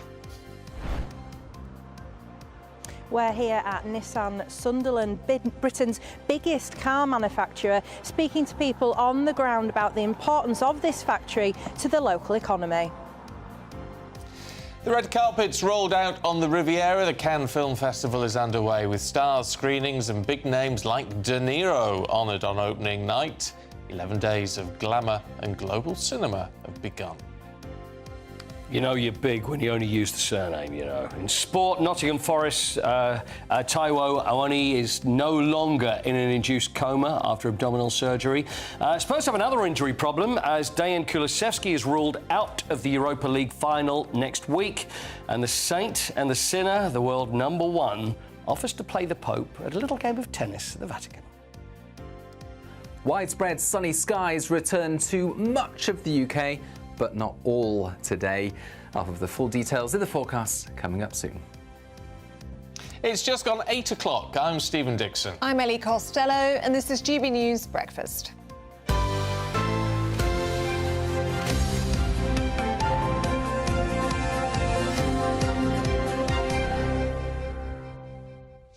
Well, there's lots going on in the world of politics at the moment. The Prime Minister's in Albania looking at this possible deal. What do they call them? Effectively... Returns hub. Returns hub. But it's a bit like the Rwanda scheme, only there are some differences, but that's being debated now. Would that solve the migration crisis that we've got in this country? It's going to be worth considering. Meanwhile, there's some good news on the economy. GDP is up 0.7%. It might not sound like a lot, but it's better than it has been. Let's cross to Westminster and speak to the Shadow Chancellor, Mel Stride. Good morning to you. 0.7%. Good morning. Not to be sniffed at. So look, any growth, Stephen, is welcome, particularly from a government that's been so hopeless at delivering it. But let me just make a few points on this. The first one is, if you look at the monthly breakdown of that quarterly figure, in fact, growth was half the level in March as it was in February. So it could be that there's an issue there. The second thing is that the national insurance increases on employers that's slowing down business. The increase in business rates has not yet, well, has kicked in now, but is not captured by those numbers directly. And of course, we've got the employment legislation coming down the line that the Treasury suggests is going to cost £5 billion to businesses. And you've still got all these forecasters, the IMF, the Bank of England, the OBR, downgrading growth forecasts for our country. And in the case of the OBR, halving their forecast recently for growth this year. So whilst, of course, any increase in growth is welcome, we should not be popping the champagne corks yet, I'm afraid. Do you welcome this meeting today between Sir Keir Starmer and Albania's Prime Minister? They're talking about these returns hubs, which could see failed asylum seekers be returned to the Western Balkans. I mean, it sounds as though, I mean, being backed by the UN, it's not going to be wrapped up in the courts, as we saw with the Rwanda deal. This sounds like this could be a really good thing for Britain. I think this is going to be far less substantial than Labour are making out, I'm afraid. Look, at the core of any policy that's going to work to stop illegal migrants coming across here has got to be significant deterrence. And we had that in the form of Rwanda, which meant if you came here illegally, you would have been removed to Rwanda promptly. And we had flights ready to go, actually, at the end of July last year, just after the general election. What you're looking at here in the case of Albania is something different. Those are asylum claims that have been processed and offshoring those people further on down the line. That's very different from removing them promptly and taking them somewhere else to actually assess those claims, as we would have had with Rwanda. Now, Labour chose to cancel that programme. We know it would have worked. We already saw the effect that it was having, just the fact we had the flights lined up on illegal migrants going from Northern Ireland into the Republic of Ireland. We saw migrants stopping coming across the channel and waiting for a Labour government to scrap Rwanda before they came. Deterrence works, but I'm afraid what this government does not amount to that. We're very keen to talk about Brexit benefits. I mean, we did it all with the Trump tariff deal and all the rest of it. Everyone's going on about, well, it's a Brexit benefit, that we're doing better than the EU. Is the situation we're in now a Brexit deficit? I mean, if we still had the Dublin Accords, we could send people back, couldn't we? I mean, is the situation we're in now as a direct result of Brexit? Well, of course, Dublin 3, which we were a part of when we were members of the European Union, allowed those effects to happen between us sending people to other countries, but other countries indeed being able to send migrants to us in turn. The reality is we've left the European Union, but the keys to controlling migration on the illegal migration side, as I say, is to have a clear deterrent. Rwanda would have delivered that. Labour scrapped it, wasted all the money and the effort that was put in to put that into place. And we're now seeing record numbers, 12,000 illegal migrants coming across the channel this year. That's a record this year under this government that said it was going to be reversing that. And on net migration, we need to see the government go much further. We put in place this week some amendments to legislation that Labour voted down that would have given Parliament control of setting a clear cap on migration as an important part of controlling that aspect as well. Can I ask you about the Justice Secretary announcing plans yesterday, jail time for recalled offenders to be limited. So if you are recalled to prison for breaching your licence conditions, you would go back to prison for just 28 days. And that is because we are, of course, seeing a shortage of prison spaces in this country. We're all aware of that. Talk of there being no spaces left by November. So something has to be done. Is this something that you welcome? No, I'm very concerned about it. Look, there's a very clear solution which this government's failed to grasp in terms of freeing up places in prison. That is, we have 10,000 foreign offenders in our jails, and what we should be doing is removing them and deporting them back to their countries, and that would free up a lot of space.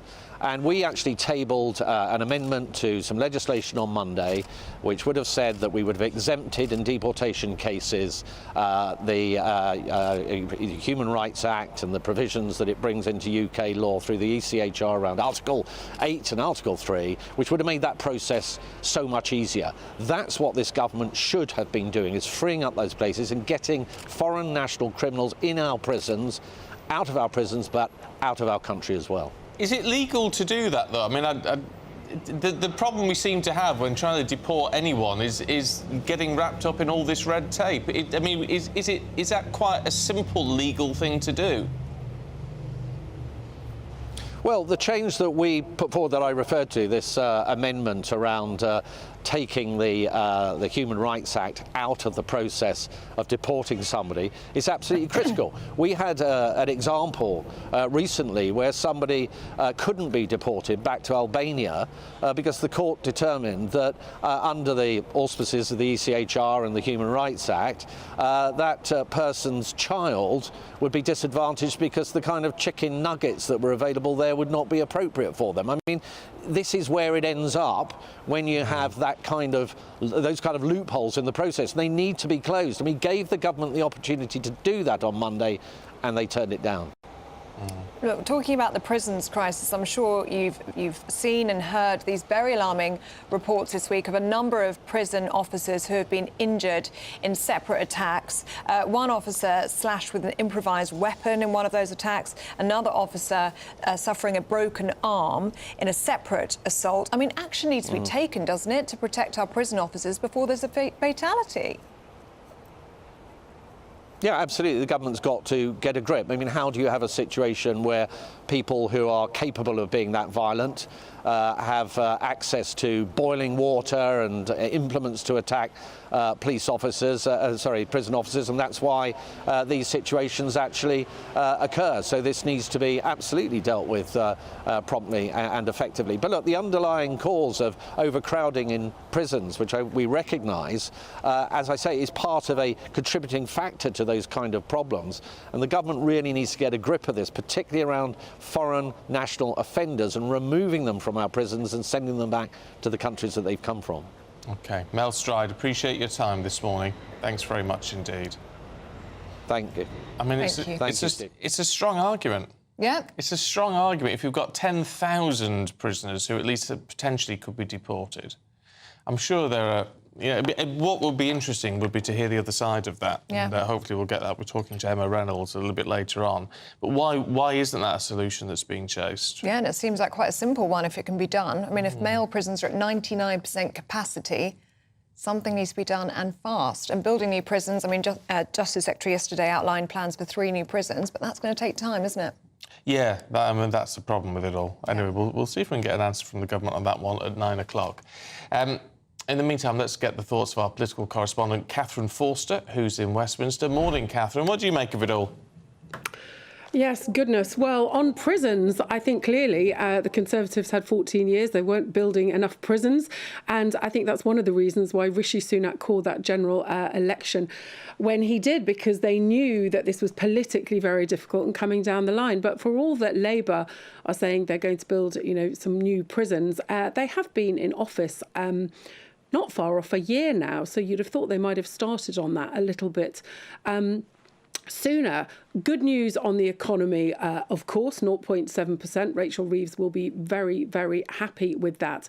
But on migration, I thought it was interesting what the Shadow Chancellor was saying, because he was talking about Rwanda and the fact that Labour had scrapped it immediately they came into office. Now it looks like the government are talking about these return hubs. I think it's worth talking about what the differences are. Our whole point with Rwanda was it was going to be a one-way ticket to Rwanda. If you broke into the country by crossing the channel illegally on small boats, unless you were heavily pregnant or very ill, you would be sent on a one-way ticket to Rwanda, whether you had a claim for asylum or whether you didn't. You were going to Rwanda, and that was it. If, and it's a big if, of course, the government ran into all sorts of trouble, but they said they would have got flights off in July. If that had worked, you would have imagined that the number of people crossing would have fallen very, very significantly. Of course, it never happened. What the government is looking at now is return hubs. So what that would be is people's asylum claims would still be processed here as normal.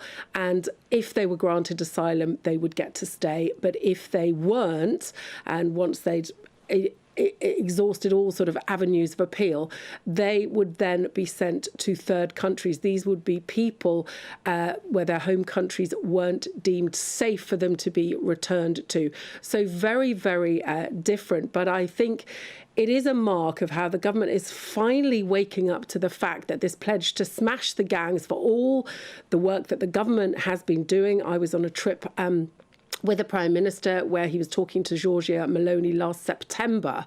Hasn't worked, isn't working. The government, the Prime Minister is in Albania today looking at what more they can do. But I think there is an acknowledgement now that a deterrent is needed because, of course, the numbers are going up and up, over 12,000 this year, which is a record.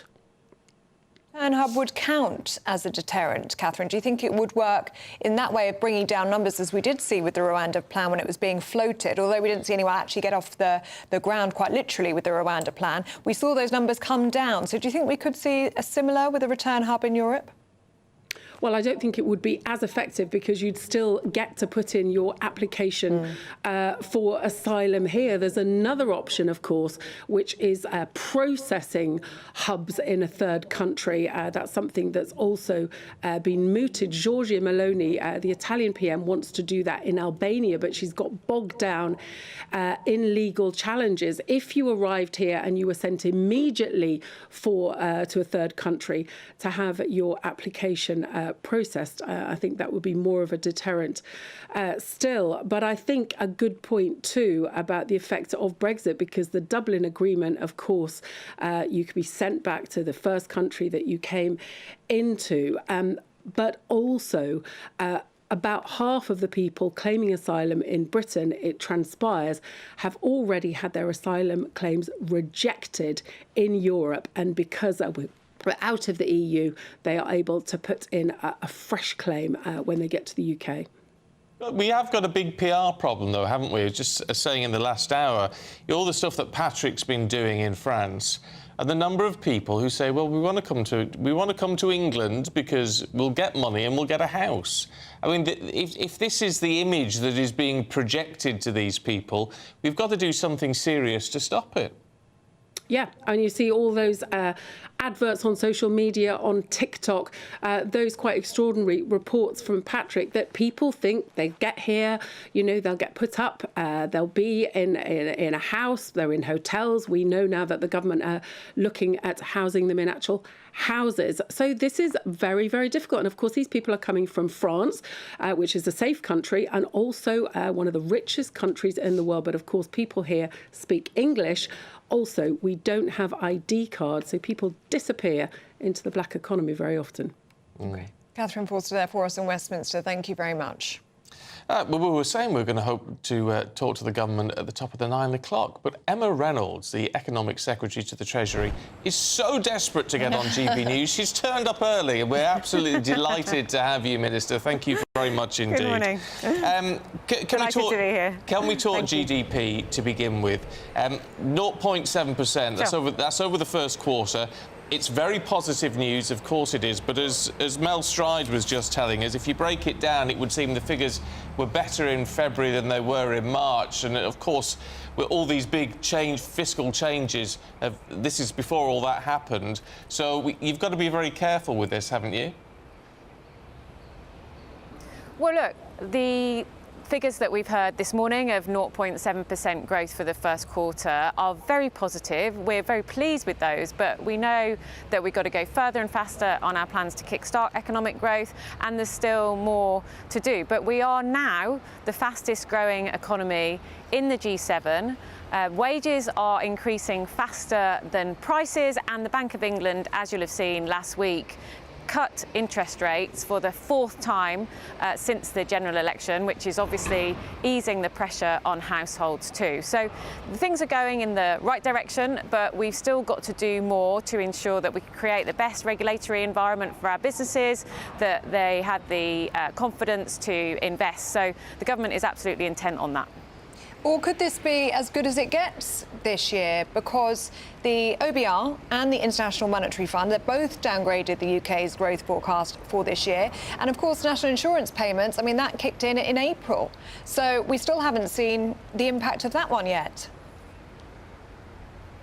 Well, I'm not able to predict growth figures for the months where we don't have them, but what I will say is that the IMF has downgraded growth figures for most major economies because of quite difficult global headwinds. But we need to make sure that we double down on our planning reforms, which are going to have a really big impact on growth, as scored by the OBR.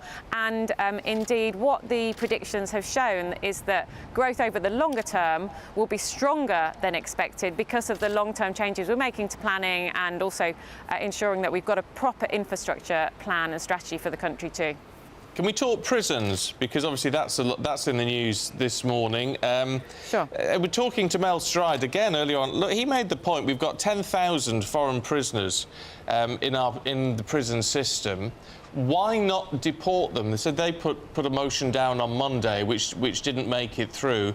But why wouldn't the government look at deporting 10,000 foreign prisoners when that would have a significant and almost immediate impact? Well, we are deporting foreign criminals, and since we came to power, we've deported over 3,000. And you might have asked Mel Stride, what were they doing for 14 years? This is not a problem that has just come along suddenly. But what I will say is that Mel Stride, what he should have been talking about is the fact that over 14 years, they only added 500 extra prison places to our prison estate, which is why the Justice Secretary yesterday has announced that we are going to invest £4.7 billion in 3 new prisons, because otherwise by November we're going to be at capacity. So that is a terrible situation to be in, and you know, the prison crisis is something I'm afraid we've inherited from the last government, and Mel Stride was a leading player in that. Are you supportive of these plans that domestic abusers and sexual offenders who are recalled to prison after breaching their licence conditions will be allowed out again after 28 days to free up space? Because we've heard this morning from the government's Victims Commissioner and the Domestic Abuse Czar, both of them have said that this measure is unacceptable and is going to put the public at risk. Well, look, these are tough decisions because, as I've said, the prisons are going to be soon at capacity, and what we need to make sure is that the police, when they arrest these dangerous criminals, they've got a prison place for them. So that's what we are trying to ensure. The reforms that you talk about are an extension of something that the Tories brought in when they were in government, but the most dangerous criminals who are being monitored by multi-agencies won't be in the situation, won't be released in the way that you suggest. So we're taking a proportionate approach, but it's not obviously an easy one, but we're quite angry with the situation that we inherited, which has forced us to have to reform the system, but also invest the amount of money that we need to create those additional prison places. Prison is just one area, though, where obviously there's huge pressures. And I mean, it's not entirely down to migration. Of course it isn't in the prison system. However, a lot of the pressures we're facing in this country can be linked to what many people view as uncontrolled migration. I know there are moves underfoot, and the Prime Minister's in Albania today, where they'll be talking about some of these possible changes that go ahead. But do you accept that actually getting rid of a deterrent, as the PM did on the second day in office, I think it was a mistake? Because without a deterrent, then where are we? Well, I don't think it was a credible deterrent. I listened to an earlier part of your programme which suggests that that overall that wasn't a credible deterrent. That was a scheme, the Rwanda scheme, that cost a lot of money, and only 4 people went to Rwanda voluntarily. What we're talking about is pragmatic measures to tackle migration upstream. That's why the Prime Minister is in Albania today, to work closely with the Albanian government, but also in the surrounding Balkan area, to smash the gangs, to share intelligence, to crack down on illegal immigration. We're interested in what works, not what gives a good headline or the ideology behind this. We've got to make sure we have pragmatic solutions to what is a very tough problem. Have you already failed, though, in that mission to smash the gangs? Because it looks as though it's set to be a record-breaking year for people crossing the Channel. 12,000 people have crossed already so far this year. I mean, potentially we're looking at 50,000 people crossing in 2025. Well, look, we've only been in power for 9 months, but we have already set up Border Security Command, which is a new agency to ensure we've got the intelligence and the measures in place to crack down on those gangs. We've already had some successes in recent weeks with a Turkish gang that we were able to root out. So, look, there's still more to do, and as the Prime Minister set out on Monday, what people care about, what we're hearing from people, is that they don't want uncontrolled immigration. Under the last government, we had net migration of nearly 1 million people.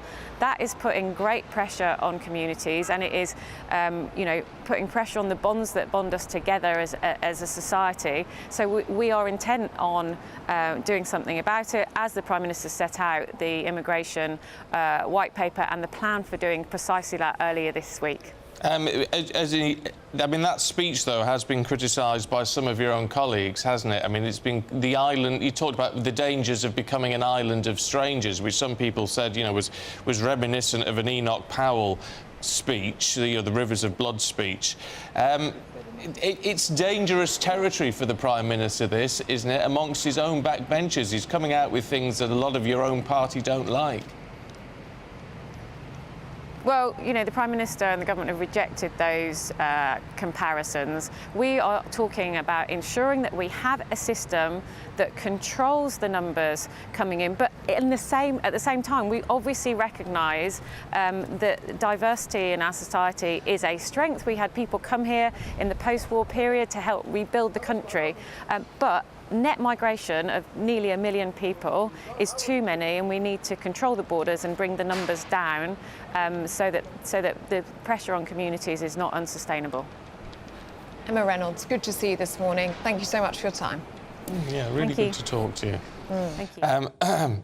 Well, there you go. I mean, I always think we need to take our hats off to politicians when they come on, particularly from the government, because, as you know, some members of Cabinet do not want to appear on GB News and don't. Refuse to do so, yes. And don't. And some pretty senior ones. So when someone comes on and gives us a decent length interview and some pretty straight answers, whether you agree with what she said or not, then thank you. And it's worth saying that, actually. Yeah, absolutely. I think, because we're quick to criticise when they won't come on.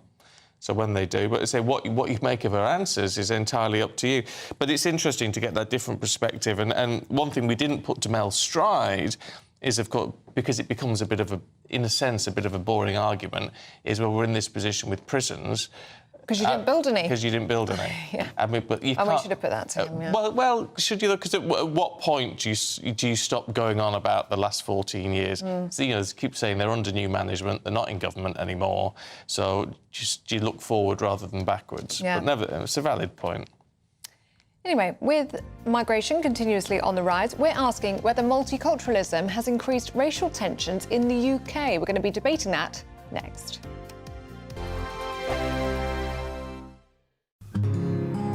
This is our country, and we think it's amazing. From high tea to the high street, we love it all. Even the rain, we like that too. There's nowhere else we'd rather be. That's why we're here to be the fearless champion of Britain, its voices and its values. Because we are GB News, the People's Channel, Britain's news channel. Nana Queer, weekends from 3 p.m. Today I'm joined by a nurse and an abuse survivor, Karen Danson. Now, when working at the County Durham and Darlington NHS Foundation Trust, she says that she had to beg her bosses not to let her male-born nurse, identifying as a woman, use their changing rooms, so the female changing rooms. Karen was abused by her father as a child, and this brought back traumas relating to years of abuse. Now, Karen and other Darlington nurses have launched a discrimination claim against their employees. This claim is still progressing, notwithstanding the recent Supreme Court judgment. Can you take us back a little bit to what happened to you as a child, to give us an idea of why you were so nervous about this individual entering a female-only space? Yeah, so I was sexually abused by my dad when I was a child. It started when I was 6 years old, and it was like 3 times a week, every week for 6 years. It left me with PTSD. Like I say, here I am as an adult, as a nurse trying to give back to people, and I walk into work one day after shift, and there's a man in my changing room, you know, and I didn't know how to react. I thought I was in the wrong place. I thought I'd maybe walked into the wrong changing room. He's there half dressed. As I'm walking down to my locker, you know, he's saying to me, "Are you not getting changed yet?" And I was like, "No." And then he asked me again, and I started panicking, thinking, you know, why is he asking me if I want to get changed? Is he wanting to provoke a reaction? Does he actually want me to get changed in front of him? And then when he asked me a third time, "Are you not getting changed yet?" That was it. I needed to leave. I needed to get out of there. It just reminded me so much of the trauma that I'd experienced with my dad. GB News, the People's Channel. Good Afternoon Britain isn't just about us. The wonderful thing about this programme is it's about everyone watching. It's an interactive programme. Well, there absolutely is something to see here, and we're going to be talking about it more. Whether it's breaking royal news, please bring us up to date, or indeed a particularly punchy speech in the House of Commons. Very, very curious. We bring it to you live, and then we bring you live reaction as well. That's Good Afternoon Britain, weekdays from midday. Only on GB News, the People's Channel, Britain's news channel.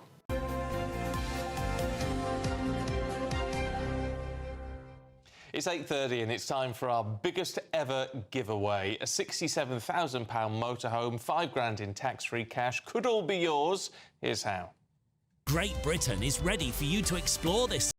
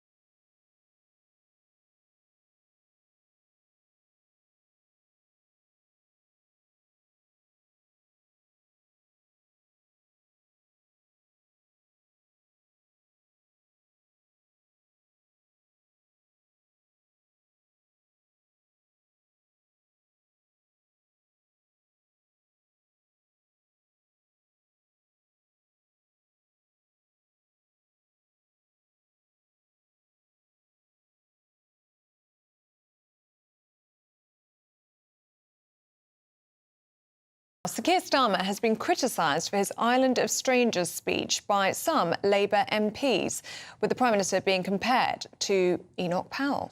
Yeah, with migration continuously on the rise, we're asking whether multiculturalism actually increases racial tensions in the UK? Well, we're now joined by founding chairman of the Global British Centre, Aman Bogle, who believes it has, and social policy analyst Dr. Rakib Eshan, who believes it hasn't. Very good morning to you both, gentlemen. Aman, let's start with you. What do you make of it? Yes, good morning. I think, look, multiculturalism has been absolutely caustic to Britain, to British society. The bottom line is it's nothing but communalism dressed up under the Blair years. Look, it's created a two-tier Britain where we have, two different Britons living side by side. We have mainstream British society, and in towns up and down the country, we have self-segregating enclaves or people living completely separate, parallel lives as a society, as communities. If you look at the whole idea of that what unites us is the English language, shared values, shared identity. So many of these communities simply do not align with that. Now, the point here is we were supposed to get, complete unity in diversity as a national identity, and what we've had is really divided diversity. Look at the hate marches down and up and down our streets every single week since 7th of October. Look at the sectarianism that has risen in our streets. Look at the sectarianism that has elected itself into our parliament. It's caused division, and it's about time that we have the antidote to multiculturalism, which is pluralism. That, no matter your ethnicity, no matter your religion, no matter your background, it should be nation first, flag first, every single time. Rakib? Pluralism, well, I mean, on that front, pluralism sounds more positive, doesn't it, than self-segregating communities? No, absolutely. And I'll make the point that I've actually been quite critical of what I'd consider to be state-supported multiculturalism. But if we talk about the Prime Minister's recent speech on immigration, I think there have been some hysterical reactions. I think looking to strike parallels with Enoch Powell, that is quite ridiculous. But I think when we're talking about us becoming an island of strangers, there's no doubt that large-scale migration, especially from parts of the world which are defined, in my view, as hotbeds of communalism, sectarian strife, that has a destabilizing effect on community relations, especially if we have no meaningful national integration strategy in the country, which we don't.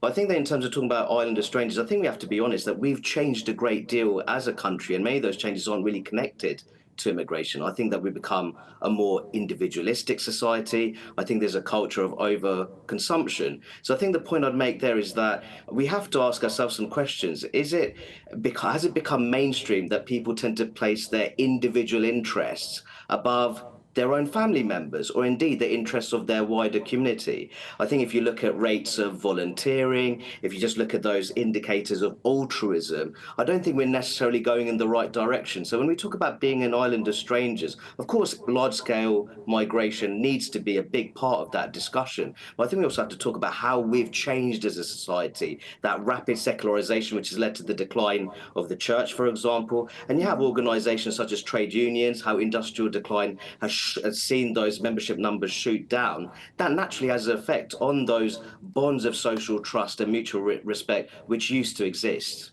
Aman, what do you make of that? Well, look at it this way. I mean, when you have 1 million migrants who can't speak a word of English, when you have people who are turning out to celebrate, apparently, their own national days, living here in Britain, you see foreign flags being flown from our town halls and council offices. That's not a real indication of integration. And as Rakib said, the key markers of what it means to have a united nation, as a united kingdom here, look at, as Rakib said, how many people are members of trade unions? How many people are volunteering in their local societies? So look, Britain is a civilizational nation. And there are some very key points that unite us into that shared national identity, a shared language, shared values, and the whole idea of being British first. Yes, look, I was born in India, and I'm equally blessed to be born Indian, as I am privileged to call this great nation home. But you know what? It's a matter of affinity, a matter of affection, and a matter of allegiance. Britain must always come first. OK. Aman, Rakib, good to see you both this morning. Thank you very much indeed. Thank you. Yeah, thank you. Let us know what you think on that one. gbnews.com/yoursay. Now, if you're travelling to work or school this morning, here's your traffic and travel update.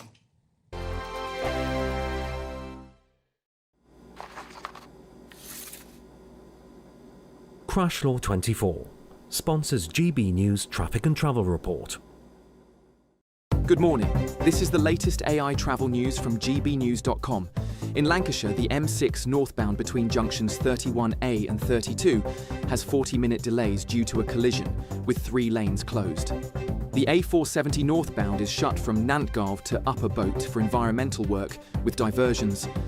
In Hampshire, lane closures are due to a broken-down vehicle on the A27 eastbound exit slip to the A3023, but normal traffic conditions are expected soon. And on the trains, London North Western Railway services face disruption between Rugby and Northampton, while no trains run on the London Overground between Watford Junction and London Euston. For more travel news, go to gbnews.com.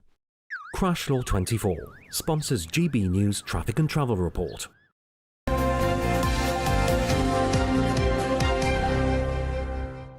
Now, don't go anywhere, because Paul Coyte's going to be here with all the sport in just a moment. Westminster's full of talk, but out here, it's the real world. Am I allowed to talk now? No, that's it. This is where it matters, real people and real lives. That's what politics is all about. In fact, this Trump made a good start. No. Straight answers, no spin, and just a couple of pints. How many fingers have I got up? About 10. So join me for Lee Anderson's Real World every Friday at 7 p.m, only on GB News. The People's Channel, Britain's news channel. Hi, I'm Michelle Dewberry, and my show is your opportunity to cut through all the noise and dive in headfirst to some robust debates. Ideas clash. Situation, isn't it? Because the failure is... You're deliberately avoiding my point. Nothing's held back. And if you think this is the end of it, wait for more. And we do not shy away from the difficult stuff. Sometimes I want to shake people and say, if only you understood. So join me on Jubes & Co. weeknights at 6 p.m, only on GB News, Britain's news channel. The royal family is an enduring symbol of tradition, unity and pride for Britain. At GB News, we celebrate what makes this country great. In our new royal newsletter series, you can join me, Cameron Walker, for Inside the Palace, an exclusive look every week that takes you beyond the gates and brings you the very latest from those at the heart of the monarchy. Never miss a royal moment again. Sign up now. Go to gbnews.com/royal newsletter and get the latest straight to your inbox. Good Afternoon Britain isn't just about us. The wonderful thing about this programme is it's about everyone watching. It's an interactive programme. Well, there absolutely is something to see here, and we're going to be talking about it more. Whether it's breaking royal news, please bring us up to date, or indeed a particularly punchy speech in the House of Commons. Very, very curious. We bring it to you live, and then we bring you live reaction as well. That's Good Afternoon Britain, weekdays from midday. Only on GB News, the People's Channel, Britain's news channel. I'm Christopher Hope. From pop stars to politicians, I'll interview anybody in a pub who's got a political opinion. Join me every Friday on Spotify, Apple Podcasts, YouTube or gbnews.com, or wherever you get your podcasts. This is GB News, the People's Channel. This is Britain's Newsroom, where your voice matters. It's just astonishing. With expert analysis and honest opinion, we don't just keep you informed. We bring you unique perspectives you won't see anywhere else. Can't argue with any of that. When the news happens, it happens here. On Britain's Newsroom, weekdays from 9:30 a.m. Only on GB News. In the GB Newsroom, we bring you the news as it happens. With our team of dedicated journalists across the UK, we're ready to keep you up to date with what's happening every half an hour, every single day. Bulletins here on GB News, the People's Channel, Britain's news channel.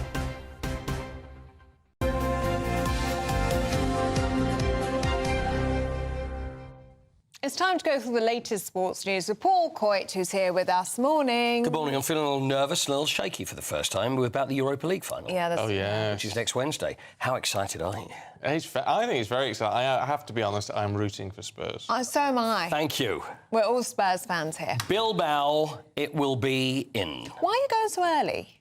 What, Tuesday? Yeah. Because there's... You're there for the build-up, don't you? I want to be there for the Bilbao build-up. See? Yes. Yeah, you don't want to miss that. So there's a fan park. Spurs, I'm going to be involved in the fan park for Spurs fans. 25,000 fans are expecting the fan park. There's only 15,000 fans of each club are allowed to be there. But there's so many fans, and you know what? I've spent the last few days speaking to different fans, different clubs, and everybody just wants to be there. Yeah, and it's lovely, some of the stories I've heard. Some people that are saying, well, we found an airport in France, we're going to go there and then we're going to drive. Some people that are going to drive the whole way to Bilbao, saying how many hours it's going to take. And then there was a chap I spoke to yesterday, and I really liked that, and he said, my son, he was sort of in his 50s or 60s, he said, my son's 30, and we always went to football together. He's now got a little boy. We don't see much of each other, so we're going to drive the whole way, and it's going to be a time like a for father and son. And I love all that. Yeah. And everybody's going together. And the thing is, I think it's just going to be a lovely experience for everybody. Be lovely. But even if obviously one team's going to lose, but I hope everybody just has a great time. Ruben Amorim, so he's the manager of Manchester United. Now, it's bizarre because Spurs are 17th in the Premier League and Manchester United are 16th. So it's a place is up for grabs in the Champions League, whoever wins it. So it's not only the trophy, but the Champions League. So Ruben Amorim is wondering whether, firstly, or everybody else is, whether he's actually safe to continue as Manchester United manager, or whether, what would you prefer? Because if someone said the silverware to lift the trophy or to get the place in the Champions League. I think you want the silverware. I think you always want the bling. I would. I'd want the bling. But let's hear what Amorim has to say. I have a clear idea what to do. I understand the problems of the team, so I'm far from quitting. What I'm saying is that we need to perform. And we had this season, in the future, we need to perform. Personally, for me, I think Champions League is more important for everything, to prepare the next season. And we are supposed to be in Champions League. And Europa League here is not enough. And you have that feeling here. So this is the best way to help us to get in the top in a few years is Champions League, is not the title, is not the cup. People within the club, for owners, Champions League means a lot of money. Yeah. You can then bring in bigger players, but fans want trophies. Yeah. You want to see your team lift up a cup. Of course so you do. That's what it's all about, and that's the difference. Now, mind you, bad news for Spurs. Oh, yeah. Dejan Kulusevski. So already James Maddison is out and injured, and Lucas Bergvall, another midfielder, is injured. So now Dejan Kulusevski has also had an injury. Now, this is a bad knee injury. He sent a post from the hospital, and I think there's a picture of him just before he's about to have his knee injury. Well, he looks happy. Every Spurs fans looked at that and thought, oh, my goodness. So he's definitely out for the game next Wednesday. But the thing is, the rumour is, because they were saying that it happened during the game against Crystal Palace, that it was a bad knee, but the actual rumour is that the fact that someone said something funny, told him a joke, and he laughed so hard that he fell on his knees. And that's where who could tell him that? Who could say anything that funny? Well, let's have a look. And then, there's a picture. There we are. Look, and then the next moment, then possibly, but I just want to say, so nothing to do with me, Governor. You were the cause of his downfall, I think. Maybe. Well, it's a great picture, though, Paul. Nothing to do with me. You and injured players. Yes. Pre-injured. Another one goes down. Yeah. Okay. All right, Paul. Thanks, Quitty. Good to see you. See you tomorrow. Lovely. Look forward to it. Do stay with us still to come. Alex Armstrong and Scarlett Maguire will be taking us through the papers this morning. Look how excited they are to chat to us. But first, if you're in search of some holiday sun, here's the forecast for some of the top European destinations. I hope it doesn't rain. Don't worry about it. It'll spoil our holiday. Relax, we're totally covered. All Clear Travel Insurance sponsors GB News Travel Destinations forecast. Whilst widespread sunny skies return to the UK, rain clears Italy but pushes into Greece, where it will become increasingly windy by Friday. Fairly breezy for the Canaries, but it's mostly fine here with partly cloudy skies across Spain, Portugal into Gibraltar. 1 or 2 showers, otherwise plenty of sunshine. But for Italy, it's been very unsettled here, particularly in the south. We do have the rain and the wind pushing now into Greece, where it will be unsettled for a few days before turning brighter later. All Clear Travel Insurance sponsors GB News Travel Destinations forecast.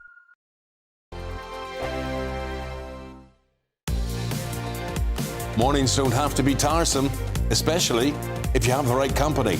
Wake up to news as it happens, opinion and debate, and of course, a little bit of entertainment too.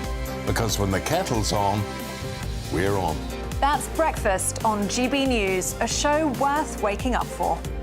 Every morning from 6 a.m. Only on the People's Channel, Britain's news channel. We'll spread the news, you spread the word. Sunday with Michael Portillo from 11, only on GB News. What do we learn in the letter that Stoker thought about Dracula? So the letter was sent 6 weeks after Dracula's publication in July 1897. So at this point, it's not, Dracula that we know of now, this sort of almost cultural myth. It's a new and uncertain work, which had been reviewed incredibly mixed. Some said it was amazing, some said it was weird and quite strange. In the letter, Stoker sent out a number of first editions to friends, and one actually went to Prime Minister Gladstone as well, basically asking for praise and also asking, here is a signed first edition for you. Please let me know what you think of it. Most are very formal. They would just be like, enclosed as first edition. With this one, it is to an unidentified Williams, we believe a friend from the theatre circle, but still yet to be identified, in which he encloses the book, signs the book to him, states, how is enclosed for high, which is a very informal way of saying how is enclosed for this is high watermark, it's amazing writing. And then, Lord, forgive me, I am quite shameless, which is... How do you interpret that? There are two interpretations. One is he's shameless for asking a friend his thoughts, which I don't believe. The other is, Lord, forgive me, I am quite shameless. Dracula was a weird, very strange book, and still is to this day. And I think it was Stoker, in a very cheeky and quite conversational way, being like, to whoever, he wrote, my dear William, so a very close friend, clearly. Lord, forgive me, I'm quite shameless for publishing Dracula, which I think is, most Stoker letters are very formal. And we rarely see much of Stoker's personality. I think to know that he was potentially quite cheeky and quite funny, for me, adores Stoker and Dracula, is a lovely touch, I think, yeah. GB News, the People's Channel.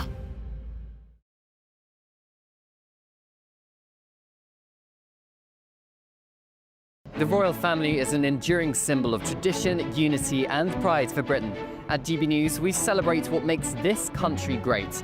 In our new royal newsletter series, you can join me, Cameron Walker, for Inside the Palace, an exclusive look every week that takes you beyond the gates and brings you the very latest from those at the heart of the monarchy.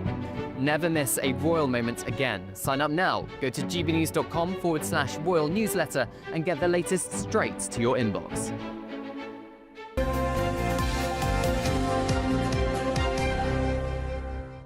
Time for the papers at 8:49 with Alex Armstrong and Scarlett Maguire. Good morning, Good morning. Alex. Good morning. Daily Mail, Ed Miliband's net zero drive will not cut our bills, according to the boss of British Gas. Oh, obviously the promise was 300 quid cut off your bills. I know Scarlett's going to come at me in a second. She's gearing up over there. Look at her, getting ready to go. But, we all found out quite quickly that net zero was adding to our bills, not taking away from it. Of course, the CEO of British Gas has now come out and said, well, it's not going to change anything about green energy. I know Scarlett's going to say, of course he's going to say that, because he will, because he's got an interest in gas. And Precisely. Precisely. Of course. He would say that, wouldn't he?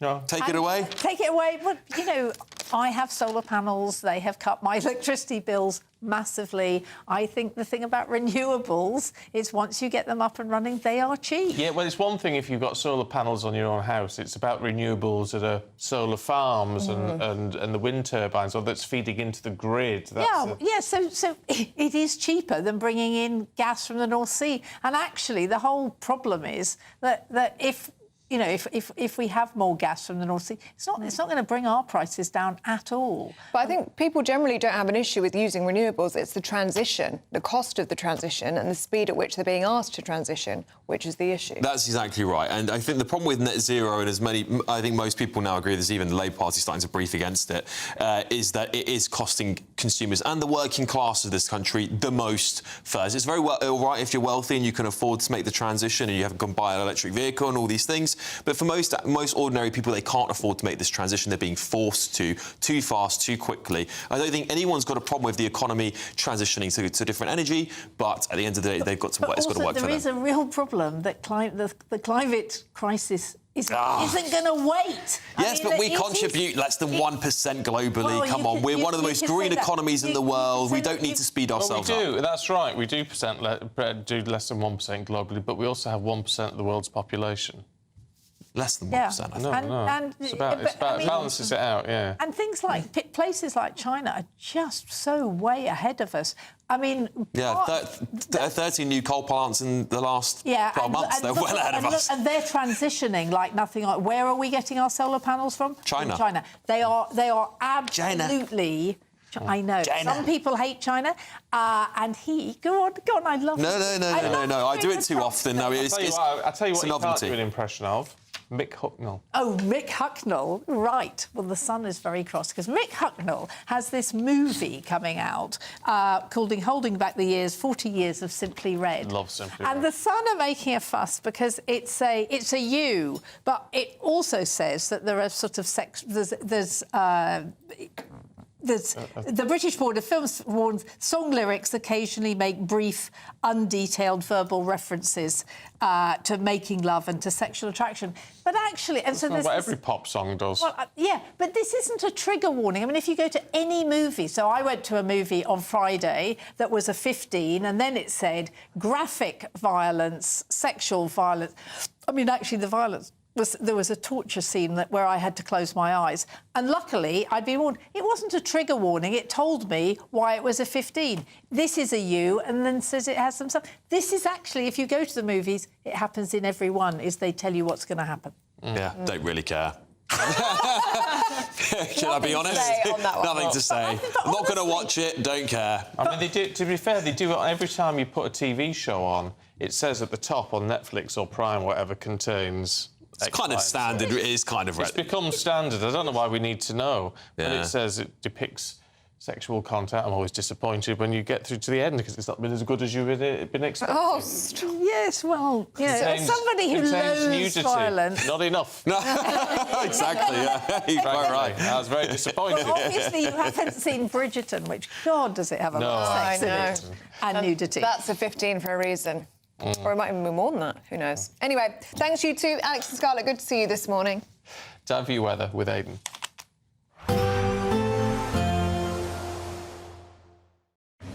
Even though we'll see a cloudy start, it'll be a bright outlook for the rest of the day. Boxed Solar, sponsors of weather on GB News. Hello, a very good morning to you. High pressure is now returning across the whole of the UK, having seen scattered thundery downpours in the last few days. That means widespread sunny skies and feeling warm in the sunshine, but it will be a little cloudier and cooler in places. Certainly first thing, some cloud across central and southern parts of the UK. That tends to retreat back to the east coast by the afternoon. And on that east coast, it's always going to feel a lot cooler because of the wind from the North Sea and the low cloud that will come and go through the afternoon. 12 to 15 Celsius from eastern Scotland down to Norfolk. But elsewhere where we've got sunshine, high teens, low 20s, top temperatures something like 23 Celsius, South Wales or southwest England. And we keep the widespread clear skies as we end the day. Certainly virtually unbroken clear blue skies across Scotland as we go into the afternoon and early evening. Northern Ireland, barely a cloud in sight, likewise for northwest England. But for the east coast, you can see that patchy cloud persisting into the evening. Wales, as well as the south and southwest, it's a fine end to the day and continuing to feel warm even as the sun goes down. Now, the cloud in the east, it's a fickle beast. It'll come and go through the night time. Some of it will appear across the Midlands, perhaps reach parts of East Wales and central southern England. So, yeah, some patchy cloud here and there overnight. And as we wake up on Friday, a few places will be overcast, I suspect. It will also feel cool with that brisk breeze continuing down the North Sea coast. But most of the cloud will retreat back to the beaches of eastern England as well as the northeast of Scotland. It's cloud-free skies elsewhere and under the sunshine, high UV levels, but also high temperatures, 22 or 23 Celsius in the southwest. Again, mid-teens in that east coast. Expect a warm front, moving from the kitchen right through to the rest of the house. Boxed Boilers, sponsors of weather on GB News.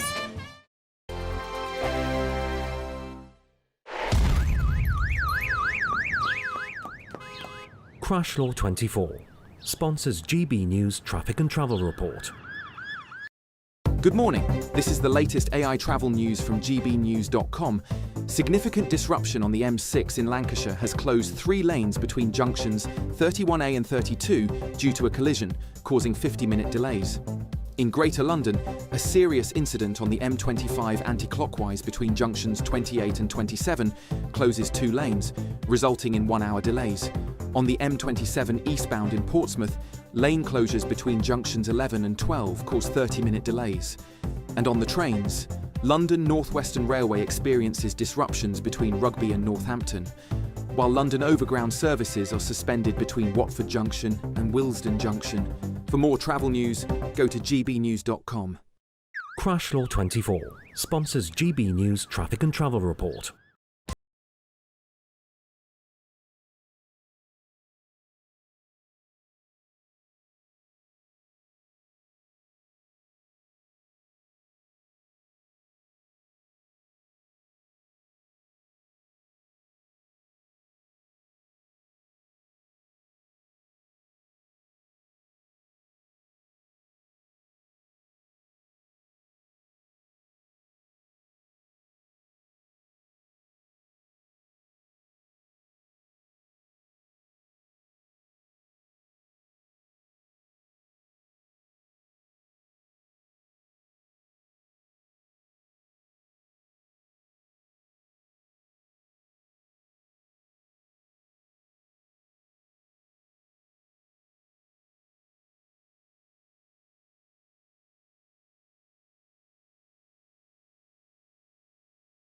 Watching on demand. It's Patrick Christie's Tonight, and here we do things differently. It's explaining the absolute madness of this, doesn't it? It's explosive. I mean, this is very good. It's lively. 850. Your government sat there, Sean, and it did nothing. It's controversial. And the Middle East has been in turmoil since before I was born. It's everything you need to kickstart your evening. Everyone's had their Weetabix tonight. I love to see it. That's Patrick Christie's Tonight, weeknights from 9 p.m. Only on GB News, the People's Channel, Britain's news channel. Hi, I'm Michelle Dewberry, and my show is your opportunity to cut through all the noise and dive in headfirst to some robust debates. Ideas clash. Situation, Because the failure is... You're deliberately avoiding my point. Nothing's held back. And if you think this is the end of it, wait for more. And we do not shy away from the difficult stuff. Sometimes I want to shake people and say, if only you understood. So join me on Jubes & Co. weeknights at 6 p.m, only on GB News, Britain's news channel.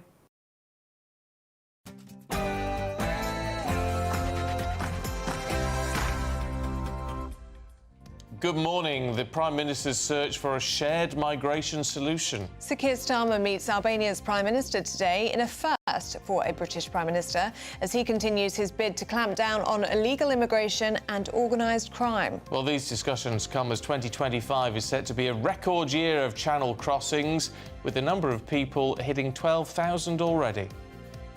Mel Stride, the Shadow Chancellor, said more must be done. 12,000 illegal migrants coming across the Channel this year. That's a record this year under this government that said it was going to be reversing that. And on net migration, we need to see the government go much further. Well, the Prime Minister promised to smash the gangs, but the numbers going in the wrong direction. I'll tell you what he's up to in Albania shortly. The UK economy grows by 0.7% in the first quarter of the year. That's a boost for the Prime Minister and for the Chancellor. Earlier, we spoke to the Economic Secretary to the Treasury, Emma Reynolds. We are now the fastest growing economy in the G7. Wages are increasing faster than prices, and the Bank of England, as you'll have seen last week, cut interest rates for the 4th time since the general election. US President Trump and Russia's Vladimir Putin will skip today's landmark Ukraine-Russian peace talks, the first direct meeting between Moscow and Kyiv in 3 years.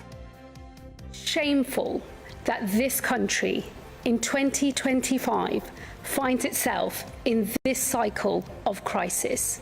The last Conservative government failed to reckon with the reality of a rising prison population.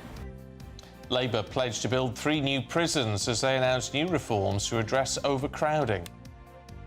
And the red carpet's rolled out on the Riviera. Cannes Film Festival is underway, with stars, screenings and big names like Robert De Niro honoured on the opening night. 11 days of glamour and global cinema has begun. Widespread sunny skies return to much of the UK, but not all today. I'll have the full details in the forecast coming up soon. It's just gone 9 o'clock. I'm Stephen Dixon. I'm Ellie Costello, and this is GB News Breakfast.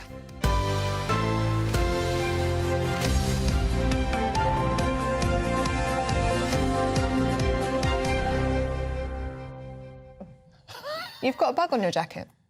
Oh, yes, thank you. Yes, it is. Thank you very much indeed. This one's a dragonfly. And before you all start messaging and saying, why are you wearing brooches, it's the thing for men. We're being told by Mr. Stephen Dixon this is now fashion. It is. You'll see all the big stars are wearing brooches now, all the fellas. Okay. It's the thing. It's a new accessory. So who did you see this look on and you thought, I'm going to emulate that on The Breakfast Show? Beckham. Oh, really? Yes. And what did he have on his brooch? I don't know. I think it's probably something with diamonds or something. I mean, this is... I mean, that's pretty blingy. It's not... Looks like it's fancy, encrusted though. with sapphires. It's not encrusted with anything important. Maybe encrusted with bits of glass or paste. But nevertheless, it's a thing now, so I thought I'm going to embrace it. Oh. I'm going to try it out. So I've got a few now, so I'm going to be trying them out. You're going to be mixing up the animals. Yeah, why not? Lovely. I thought it was a firefly this morning. You did, because she's a bit like that. She's very high maintenance. No, I'm not. This is what we were laughing at the top of the show. If you just caught it, she's very high maintenance. No. Costello. I'm just not one with fashion. The outdoors. But you are, and you look like you're very at one with nature with your dragonfly. Can I answer? Because we mentioned De Niro at the top. It's at the Cannes Film Festival. Was being celebrated. We've just finished. I've mentioned this before. A 10-season show. No, who's got the time for that? The Blacklist. No. It's taken us 6 months. It's been excellent, but we've been bereft about what to watch next. We can't find anything we like. But we have just watched 0 Day on Netflix with De Niro, but it's only a 6-parter. It's a mini-series. OK, that's still quite a lot. No, 6-parter isn't a lot. Is it not? No, 6 episodes. Oh, 6 episodes. I thought you meant 6 series. No. I don't like things that you have to invest in for that long. 6 episodes. Oh, yeah, I can manage that. 0 Day, and it's new out, and he's 80-odd now. It's very good, and he's excellent in it. So if you've got a recommendation, he plays a former president of the United States. Oh, I like anything like that. Yeah. Or an action. He's really, really good in that. But we're still looking for that magical show that we both like. I don't think there has been great television than Game of Thrones. Game of Thrones was the best. You have never seen that. You really need to, and I feel like you'd really like that. But people say like that. What was the other one? There was one about drugs. Oh. And a drug that people said everyone should watch. Everyone was raving about it at the time, and we started that, and we couldn't get into that one. Oh. Some American thing. Doesn't narrow it down. Oh, I know the one. Yes. Which I can't now say. Yeah. I know the one you're talking about. Yeah. But so Breaking Bad. Breaking Bad. That's the one. Breaking Bad. Couldn't get into that. No. Either. So it's all personal taste, isn't it? Yeah. I could say the same about The White Lotus, though. Everyone was raving about that, and I don't get it. Don't get it at all. Really? No. Oh, no, we've not tried that one. Well, you've blown that out the water for us. Oh, dear me. Anyway, while we're miserable at what to watch on TV, there is good news today. GDP figures are out, up 0.7% for the first quarter of this year. Now, that is positive news, whether it's going to last, whether it's sustainable, because don't forget, it's pre the new national insurance for businesses, it's pre-Trump tariffs, so we might see a decline in the next quarter, but nevertheless, it's good news, and the Chancellor has been reacting. She's in Derby this morning. Thank you very much, Rob, and it's wonderful to be here today at Rolls-Royce, one of Britain's iconic brands, a symbol of our industrial heritage, our engineering brilliance, and also our economic potential. And I stood here a year ago and I said that the new Labour government would bring investment back to Britain, would bring growth back to Britain, and would bring hope back to Britain. I said then that it wouldn't be easy, that it would take hard work, that we would need to make the right choices today to build a better Britain for tomorrow. And we're beginning to see those choices pay off. We've returned stability to the economy, which has enabled the Bank of England to cut interest rates 4 times in the last year. We have increased the national living wage and the national minimum wage, which has meant a pay rise for thousands of working people. And we've secured 2 trade deals with the United States and with India that has protected thousands of jobs, but will also create thousands more. And we're investing in the homes, the roads, the infrastructure of the future to create good jobs, paying decent wages here in Britain. And the result of all of this is that in the first 3 months of this year, our economy has grown by 0.7%. We're set to be the fastest growing economy in the G7 in the first 3 months of this year. And that's incredibly welcome. But I know that there is more to do. The cost of living crisis continues to affect families right across our country. I understand that and I hear that. But despite the challenges that we face, our economy is strong. Despite the global headwinds that we face, I can see the potential and I know that we can seize those opportunities. And despite so many broken promises of governments in the last few years, I know that we can, and I know that we will make working people in Britain better off. And that is what I am absolutely determined to do as your Chancellor. Thank you very much. Thank you. Thank you, everyone. Thank you. The Chancellor, Rachel Reeves, speaking there in Derby. Let's get the thoughts of our political correspondent, Catherine Forster, who joins us live from Westminster. And Catherine, what did you make of what the Chancellor had to say? Yes, well, it makes a change to see the Chancellor looking genuinely happy because very often she looks like she's got the weight of the world on her shoulders. But look, this is genuinely good news for the government, 0.7%. It's quite significant, isn't it? We've had so much talk of recession. The quarter at the end of last year was 0.1. So this is certainly a big step in the right direction. Rachel Reeves there sounding optimistic, saying our economy is strong despite the headwinds, saying that we're currently the fastest growing economy in the G7. Now, Labour, a year or so ago, made that one of their sort of key promises. Of course, very difficult to you can't control what the other countries are doing, but they'll take this moment, of course, and glory in that.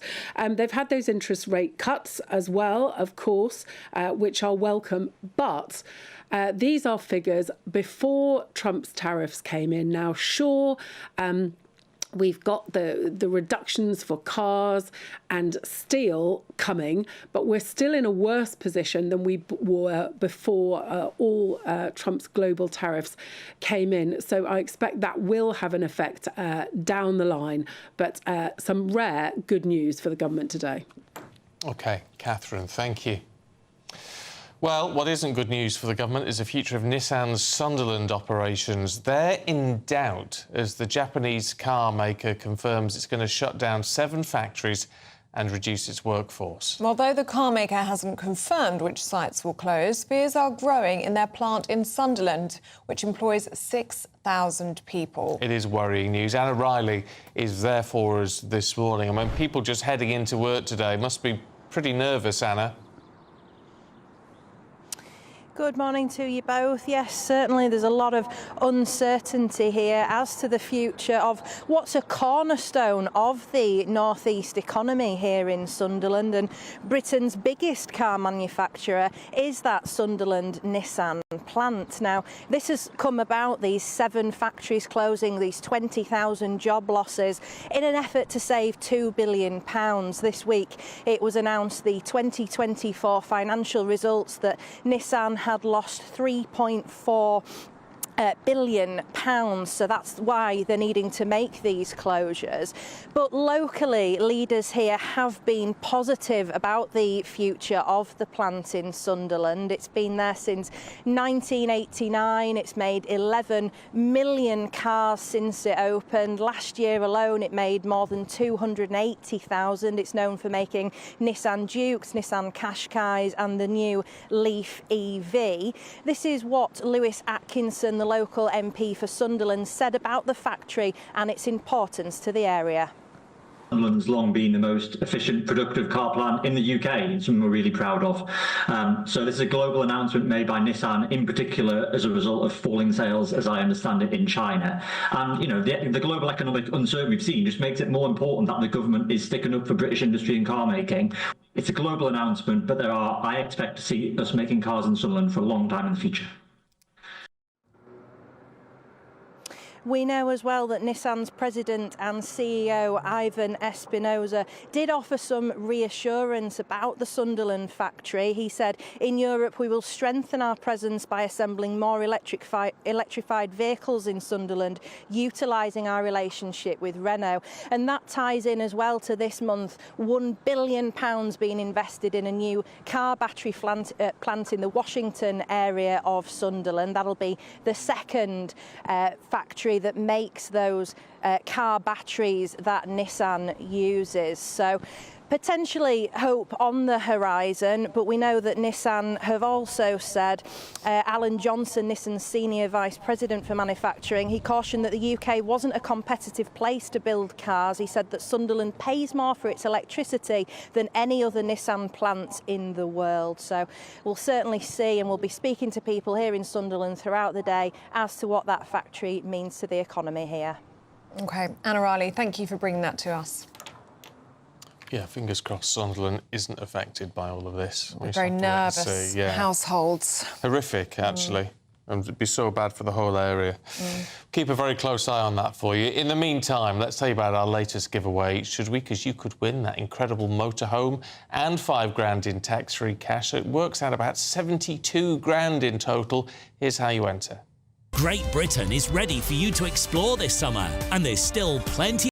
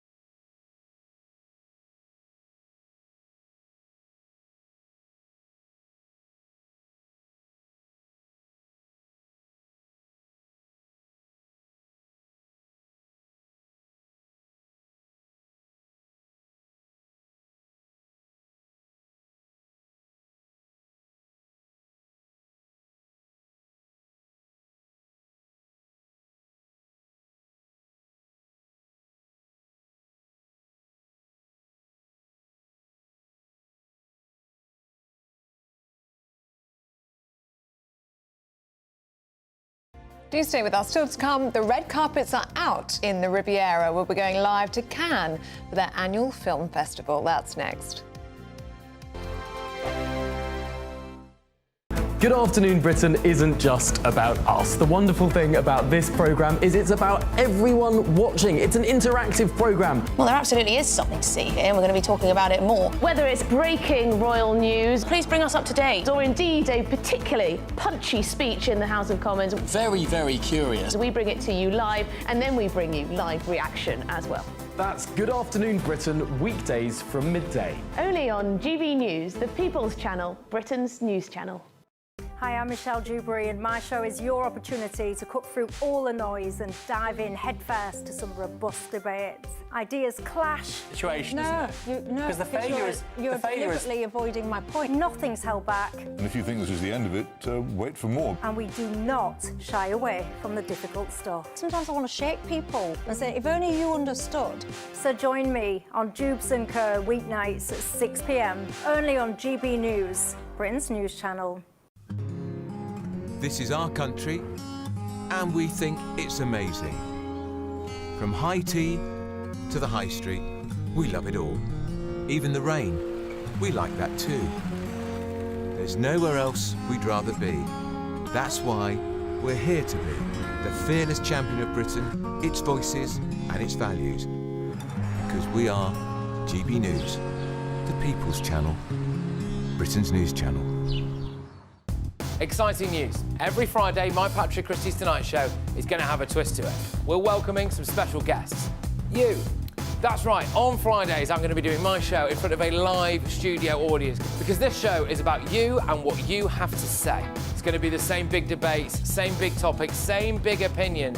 But every Friday night at 9 p.m, you are invited to come on down to Patrick Christie's Tonight to be a part of the action.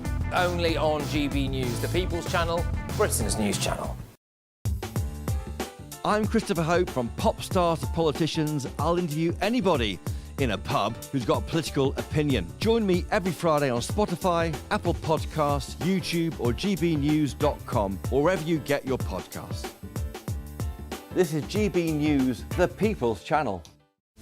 This is Britain's Newsroom, where your voice matters. It's just astonishing. With expert analysis and honest opinion, we don't just keep you informed. We bring you unique perspectives you won't see anywhere else. Can't argue with any of that. When the news happens, it happens here. On Britain's Newsroom, weekdays from 9:30 a.m. Only on GB News.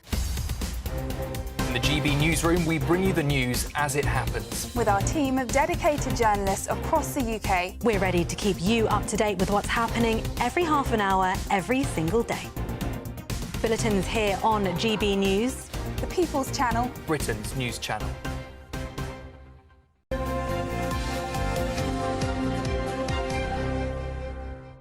Now, the 78th edition of the Cannes Film Festival is well underway, with film lovers getting previews of new films and documentaries from around the world. Well, film stars from around the world too have come to the event, including Tom Cruise, Quentin Tarantino and Halle Berry. Well, Halle Berry gets everywhere, doesn't she? Let's talk to showbiz reporter Judita De Silva, who's in Cannes. Good morning. What are the highlights for you so far? And what have we got to look forward to? I think the opening ceremony was something special because the head of the jury is Juliette Binoche, who's a really celebrated actress in France and also internationally. Remember, she got the Oscar for The English Patient. She sits on the jury with Halle Berry. But before that, we had that announcement that the president of the Cannes Festival said no nudity and no voluminous dresses on the red carpet. And in that press conference, Halle said she had to do a quick pivot and change the gown she wore because it didn't fit the criteria. But then we had Robert De Niro honored, and he was presented his Lifetime Achievement Award by Leonardo DiCaprio, who revealed that his entire career began because of Robert De Niro giving him a chance and leveled up because you remember him from the Titanic, Romeo and Juliet, The Beach. He was kind of the heartthrob actor, but became the Oscar-winning dramatic actor because of his partnership with Scorsese. That happened because of De Niro. And then we had Tarantino officially announced it was open with this kind of clarion call that you would see in the Colosseum during the gladiatorial week in ancient Rome, and it made everyone laugh and a riotous applause. But over the next week, we're going to be looking forward to films like Wes Anderson's film starring Benicio del Toro, Tom Hanks. We're going to be looking forward to Eddington starring Joaquin Phoenix. So I'll be bouncing between screenings and press conferences. And also this year, the Immersive has been in its second year, where they're trying to move into the world of AI, where entertainment of the future will no longer just be films. It will be a sensory experience. So when you go to see those competitive entries, you've got films that you can smell, see, touch, taste, and engage with. So it's taking entertainment to a whole new level. And there's lots of excitement as well about Mission Impossible, which is the final film, isn't it? No, it was the opening film, the second opening film. Yesterday, the whole of the Riviera was about Tom Cruise. We went to this talk given by Christopher McQuarrie, who's the director and writer. He's been working with Tom Cruise for 20 years. They've done 11 films together, most notably the Mission Impossible films. And then in the middle of it, the moderator goes, "Oh, it would be so great if we could get another perspective." And then Tom Cruise walks on the stage and everyone starts screaming. And you can tell that this is probably the last Mission Impossible because we've seen Tom Cruise do promotional tours, but there's a real emotional tinge to the way that him and Chris McQuarrie are promoting this particular film. You can see it's not a Hollywood relationship, it's a genuine friendship. So he bounced from the BFI in IMAX in London, flew to France, did the premiere yesterday, and is bouncing on around the world promoting the film. So Tom Cruise, for the moment, owns Cannes. Yeah, well, very nice too. Very nice too. I tell you what I always find interesting is just how big Simon Pegg has become. I mean, our own great British talent, gone from doing, some fairly small stuff to now obviously being a huge part in the Mission Impossible series and writing and directing loads of stuff. Yes, it's just a wonderful thing, because even when you think about just his stories, he's with Frost and Pegg. He started off as kind of a fledgling talent, but had a passion for filmmaking, had a passion for writing. And why people like him is that he has earned his stripe. And it's kind of like a Ray Winstone story or a Stephen Graham story. When he made the crossover to Hollywood, he knew how to do the work. He shows up, he delivers. And that's why Tom Cruise likes him so much. He's a gregarious personality. He works beautifully with a team, but he also knows how to do the work and deliver. So he's an exceptional professional and does Britain proud. Oh, he certainly does. Judita Silva, good to see you. And enjoy the rest of You camp. too. Yes, enjoy that lovely weather. I'm a bit jealous. It looks glorious there, Even but though it's been it is lovely nice here. here. It has Yeah. been very nice. I've been out in the garden this week, as you can probably tell. You can tell by the tan. Britain's Newsroom is coming up at 9:30. Andrew and Bev are here, not looking as tanned as us two. Well, we Oh, I don't don't know, spend as Beverly. much time hanging out in the garden as you two do. Very We're too tan. busy working. How are you? We work too hard to be tanned. Right, and we're going to be working hard this morning from Course we are. 9:30 until midday. We're going to be bringing you the latest on this situation, this emerging situation between the UK and Albania and what that might mean for our illegal migration situation. Yeah, absolutely. We've got the Lucy Connolly Southport Post appeal this morning at 10:30. She is the woman who was jailed for more than 2 years, wasn't she, for a tweet that was angry and insensitive. After and the racist. Southport killings. But you compare that with Gary Lineker this morning, who, of course, put an anti-Semitic Instagram post out and has just said sorry, and that's OK. He seems Apparently it's the first time he's apologised for his appalling political posture. Yes, he's not. He doesn't normally apologise. I mean, it's the first time ever, apparently. At least he did take it down. And I mean, I'm not saying. So did she. But, well, yeah. But why doesn't he get fired? Why does the BBC continue to he still got a tolerate job? this prima donna? Yes, yes, he has. Yeah, he's still At got a vast job. expense to everybody watching this program, because we have to pay his wages. Fascinating interview we're going to do this morning with Chris Snowden from the Institute of Economic Affairs about the fact that this country is now the 7th most nannying state. I love this. It's about the fact that we have so many restrictions on our smoking, on our drinking, on our eating. Food advertising. Yeah, and yet there is no correlation between greater state intervention and the life expectancy. Also, we are the fattest country in Europe. So all these restrictions are doing nothing anyway. Exactly. That and a lot more on Britain's Newsroom after your weather.